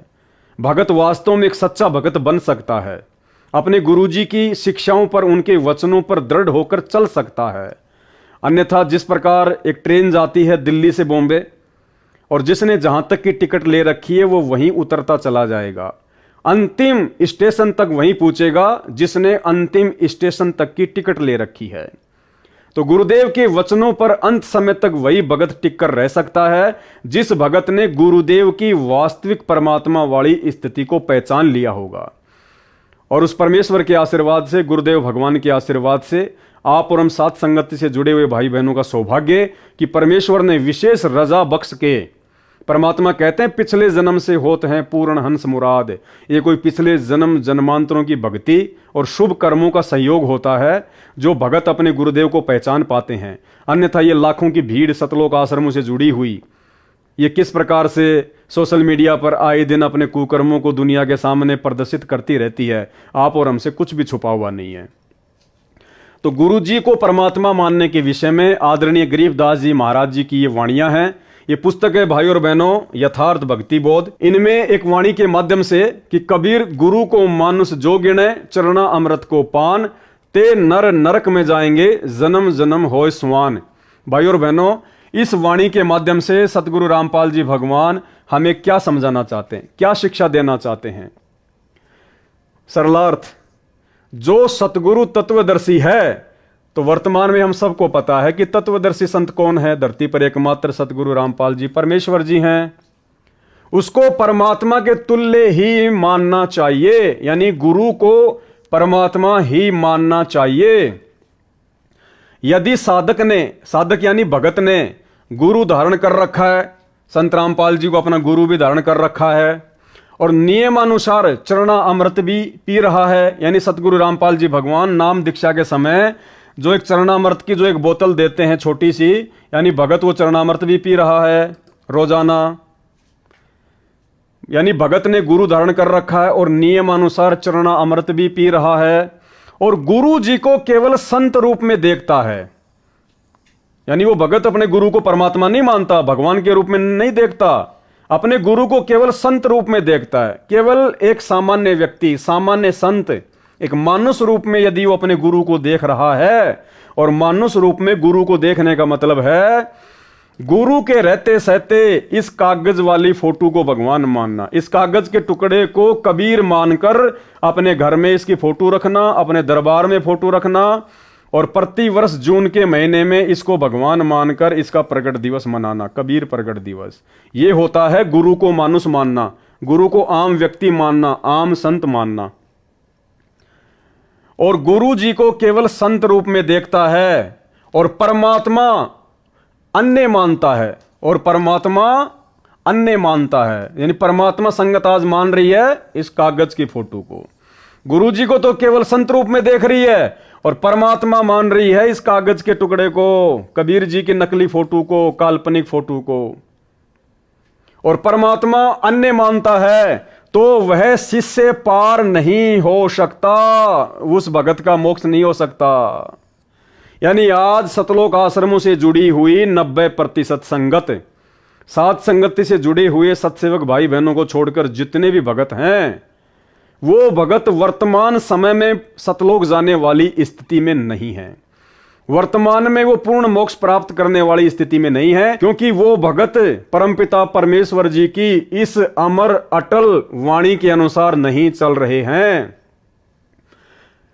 कबीर गुरु को मानुष जो गिने कर चरणा अमृत को पान, ते नर नरक में जाएंगे जन्म जन्म होए श्वान। जो सतगुरु तत्वदर्शी है, यानी हम तत्वदर्शी संत के शिष्य हैं, उसको परमात्मा के तुल्य ही मानना चाहिए।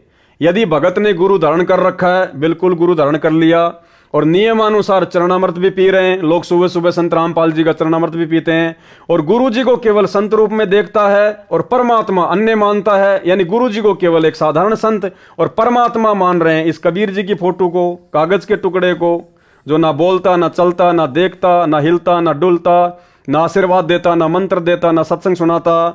तो वह शिष्य, यानी ऐसी गलती करने वाला वह शिष्य, वह भगत, तो वह शिष्य पार नहीं हो सकता, उसका मोक्ष नहीं हो सकता। अर्थात जिन जिन भगत भाई बहनों के घरों में आज भी इस दाढ़ी मूंछ वाले कबीर जी की ये काल्पनिक, ये नकली फोटो रखी हुई है, जिन जिन के इस कागज की फोटो का कबीर प्रकट दिवस मनाते हैं, वो व्यक्ति कभी भी पार नहीं हो सकता। पार नहीं हुआ तो श्वान यानी कुत्ते आदि के शरीर धारण करेगा। यानी सच्चे गुरु की शरण में आने के बाद भी, तत्वदर्शी संत की शरण में आने के बाद भी, जिस भगत ने भक्ति करते करते अपने गुरु को ही भगवान नहीं माना, परमात्मा नहीं माना, और गुरु के रहते सहते किसी और को भगवान मानता रहा, किसी और का प्रकट दिवस मनाता रहा, किसी और की फोटोओं को अपने घर में लगाता रहा, तो कहते हैं वो भगत भक्ति करते करते भी पार नहीं हो पाएगा। और पार नहीं हुआ तो फिर क्या बनेगा? श्वान, कुत्ता। गुरु और परमात्मा में कोई अंतर नहीं होता जब तक दो समझ कर चाल साहब कहते हैं कि दुनिया में। तो आज सतलोक आश्रमों से जुड़े हुए 90% भगत, सतगुरु रामपाल जी परमेश्वर जी का कलयुगी परिवार, उनके भाई बंधु रिश्तेदार, ये कोऑर्डिनेटर, सब के सब इसी को भगवान मानते हैं। जून के महीने में इसका प्रकट दिवस मनाते हैं। आश्रमों में इनकी बड़ी बड़ी फोटोएं लगी हुई हैं। यानी गुरु के रहते सहते कागज के टुकड़े को भगवान मान रहे हैं। तो सारे के सारे कुत्ते की योनि में जाने वाली भक्ति कर रहे हैं, कुत्ते की योनि में जाने वाली। ये मैं नहीं कह रहा, आपके गुरु सतगुरु रामपाल जी स्वयं कह रहे हैं। आपकी आंखों के सामने इस वाणी का सरलार्थ उन्हीं के द्वारा लिखित पुस्तक यथार्थ भक्ति बोध में लिखा हुआ, भाई जी पढ़ लेना।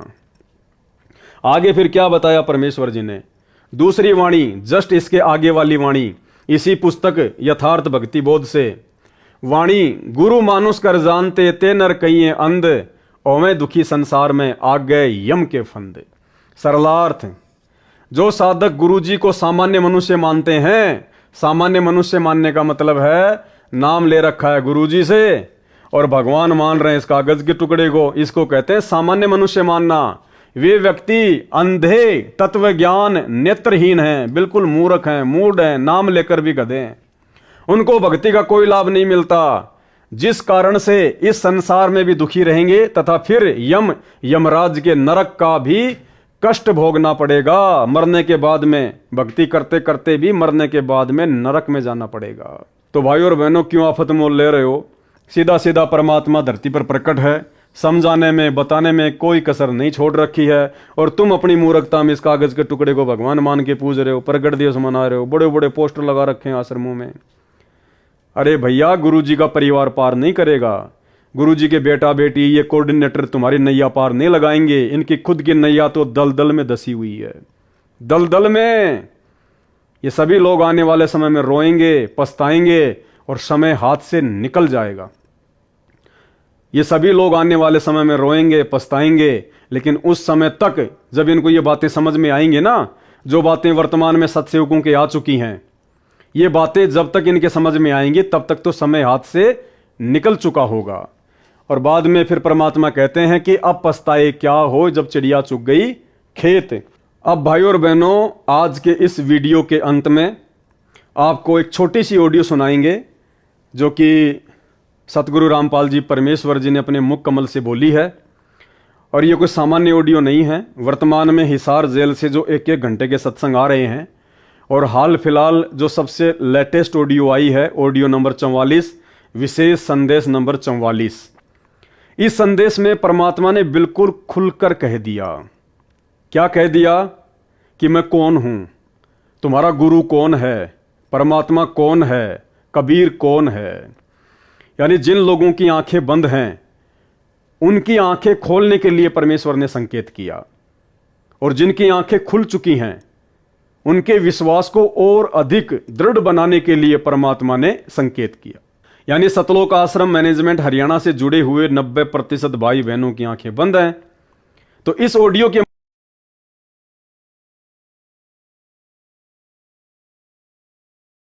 माध्यम से परमात्मा ने अपनी वास्तविक स्थिति को समझाते हुए उनकी तो आंखें खोलने का प्रयास किया है। और जो हम सत्सेवक भाई बहन परमेश्वर को परमेश्वर मान चुके हैं, गुरु को भगवान मान चुके हैं, परमात्मा ने हमारे विश्वास को और अधिक दृढ़ करने के लिए उस ऑडियो में संकेत किया है। और संकेत परमात्मा ने एक एग्जाम्पल दिया है, जैसे बच्चे बचपन में गेम खेला करते थे, छुपन छुपाई का, छुप जाया करते थे, फिर एक उनको ढूंढा करता था।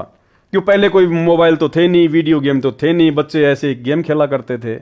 तो जैसे बच्चे आपस में इकट्ठे होके और छुप जाया करते थे और एक बच्चा फिर उनको ढूंढता था और सबसे पहले जिसको ढूंढता था फिर अगली बार फिर वो ढूंढा करता था। तो ऐसे गेम खेला करते थे। तो एक आध बच्चे ऐसे होते थे, वो ऐसी जगह छुप जाया करते थे जो उनको ढूंढना बड़ा मुश्किल होता था। अब जिसका नंबर था ढूंढने का वो आवाज लगाता फिर कि रे भाई, और तो मैंने सबको ढूंढ लिया, तू कहां छुपा हुआ है। तो फिर उधर से आवाज आती, वो छुपा हुआ बच्चा जो मिल नहीं रहा, वो बच्चा क्या आवाज लगाता, जैसा कि सतगुरु रामपाल जी भगवान ने इस ऑडियो में कहा है, ना मिलूं ना मिलूं, कोण में खड़ा हूं दरवाजे के पीछे और ना मिलूं। यानी वो बच्चा भोलेपन में अपना एड्रेस भी बता रहा है। क्या कह रहा है, कोण में खड़ा हूं दरवाजे के पीछे। कोण में यानी एक कोने में खड़ा हूं दरवाजे के पीछे, और ना मिलूं ना मिलूं यानी वो बच्चा अपना एड्रेस भी बता रहा है कि कोण में खड़ा हूं दरवाजे के पीछे, और ना मिलूं ना मिलूं, नहीं मिलूंगा तेरे को। तो बताओ फिर मिलेगा नहीं क्या? जो बच्चा ये कह रहा है कि भाई मैं कोण में खड़ा हूं दरवाजे के पीछे और ना मिलूं तेरे को, नहीं मिलूं, तो क्या मिलेगा नहीं? अगर इसमें जरा भी बुद्धि होगी, अगर इसमें जरा भी कॉमन सेंस होगी, तो ये शब्द सुनकर इस बच्चे के द्वारा कि ना मिलूं ना मिलूं, कोण में खड़ा हूं दरवाजे के पीछे और ना मिलूं, जो अपना एड्रेस भी बता रहा है कि मैं कहां खड़ा हुआ हूं, तो ये बच्चा यदि होश में होगा तो ये बच्चा तुरंत संकेत को समझ जाएगा कि हां वो दरवाजे के पीछे कोने में खड़ा हुआ है, और तुरंत जाके उसको पकड़ लेगा। तो सतगुरु रामपाल जी परमेश्वर जी ने हर प्रकार से अपनी वास्तविक स्थिति को कि तुम्हारा गुरु संत रामपाल ही भगवान है, परमात्मा है, अनेक सत्संगों के माध्यम से, अनेक वाणियों के माध्यम से, अनेक प्रमाणों के माध्यम से आज वर्तमान में हम नादान संगत वालों को, हम उनके बच्चों को उन्होंने बिल्कुल जो है वो क्लियर कर दिया कि मैं ही परमात्मा हूं, मैं संत रामपाल ही भगवान हूं, मैं ही जो है वो कबीर हूं। और फिर बीच बीच में छुपा भी जाते हैं कि ना मिलूं ना मिलूं, क्या कहकर कि मेरे को तो उस परमात्मा ने भेजा है, मैं तो उस परमात्मा का दास हूं, मैं तो उस परमात्मा का प्रतिनिधि हूं। यानी गुरुजी ने सत्संगों में हर प्रकार से अपने आप को स्पष्ट भी कर दिया कि और कोई कबीर नहीं है, कोई भगवान नहीं है, तुम्हारा गुरु स्वयं ही परमात्मा है, और गुरु को परमात्मा मानने से तुम्हारा मोक्ष होगा, नहीं तो कुत्ते की योनि में जाओगे। तो परमेश्वर जी ने इस बच्चे की तरह, इस बच्चे का एग्जाम्पल देकर स्पष्ट भी कर दिया हम संगत वालों को कि ना मिलूं ना मिलूं, कोण में खड़ा हूं दरवाजे के पीछे और ना मिलूं। तो गुरुदेव ने हर प्रकार से स्पष्ट भी कर दिया, अरे लाखों ऐसे सुख, कोडियों को काया, बांझ को पुत्र, निर्धन को माया, रोगी को स्वस्थ शरीर, मुर्दों को जिंदा, हमारे सौ काम सार दिए परमात्मा ने। पहले हम लोग बर्बाद होके घूमा करते थे, अपने आप को पता नहीं क्या फन्ने खां समझते थे और पल्ले कुछ भी नहीं था। परमेश्वर ने शरण में लेकर ऋषि परिवार बना दिए, जीवन संवार दिया, और उसके बाद परमेश्वर ने सर्व धर्म शास्त्रों से किसी भी धर्म के किसी भी शास्त्र को नहीं छोड़ा। वो अनमोल ज्ञान परमात्मा ने वो निष्कर्ष निकाल के दे दिया। वेदों से अपने आप को भगवान साबित कर दिया, गीता जी से अपने आप को भगवान साबित कर दिया। हर प्रकार के लाखों सुख देकर जो परमेश्वर ही दे सकता है, हर प्रकार से हमारे को साबित कर दिया कि तुम्हारा गुरु ही भगवान है। और उन वाणियों के माध्यम से कि गुरु को मानुष जोग न कर चरणा अमृत को पान, ते नर नरक में जाएंगे जन्म जन्म बने समान। और स्पष्ट कह दिया कि गुरु को भगवान माने बिना मोक्ष नहीं हो सकता, सत्संग केवल परमात्मा ही कर सकता है। तो आज सत्संग कौन कर रहा है वर्तमान में? तत्वदर्शी संत की भूमिका केवल परमात्मा ही करता है। तो वर्तमान में संत रामपाल जी के रूप में तत्वदर्शी संत की भूमिका कौन कर रहा है? सत्संग केवल भगवान ही कर सकता है। तो सत्संग कौन कर रहा है वर्तमान में? तो भाई और बहनों, इतने संकेत देने के बाद भी यदि हम नहीं समझ पाएंगे कि हमारे गुरुजी ही परमात्मा है, तो भाई फिर धिक्कार है हमारे इस मनुष्य जीवन को और भक्ति करने को। जिस प्रकार ये सारे बच्चे मिलके खेल रहे हैं और तो सब इनको मिल गए, एक बच्चा इनको मिल नहीं रहा, तो ये पुकार रहा कि भाई कहां है कहां है, और वो कह रहा है कि ना मिलूं ना मिलूं, कोण में खड़ा हूं दरवाजे के पीछे, ना मिलूं। अगर ये बच्चा अगर होश में होगा तो इस बात को सुनकर कि कोण में खड़ा हूं दरवाजे के पीछे, तुरंत जाके पकड़ लेगा और मूर्ख होगा, अज्ञानी होगा, तो भाई उसी कागज की फोटो को, उसी कबीर की कागज की फोटो का प्रगट दिवस मनाता रहेगा, उसी कागज की फोटो को अपना भगवान मानता रहेगा और गुरु को मानुष मान के इसी प्रकार से जेरे कुएं में पड़ा रहेगा। तो अब आप जी खुद सतगुरु रामपाल जी भगवान के मुख कमल से विशेष संदेश नंबर 44 की वो ऑडियो सुनिए, जिसमें परमेश्वर ने इन बच्चों को आधार बनाकर एक छोटा सा एग्जाम्पल देकर अपनी स्वयं की स्थिति को बिल्कुल क्लियर कर दिया कि भाई पहचान लो, अब बाकी मैं तो अपने आप को छुपाता रहूंगा, पहचानना तुमने स्वयं पड़ेगा मेरे ज्ञान को आधार बनाकर।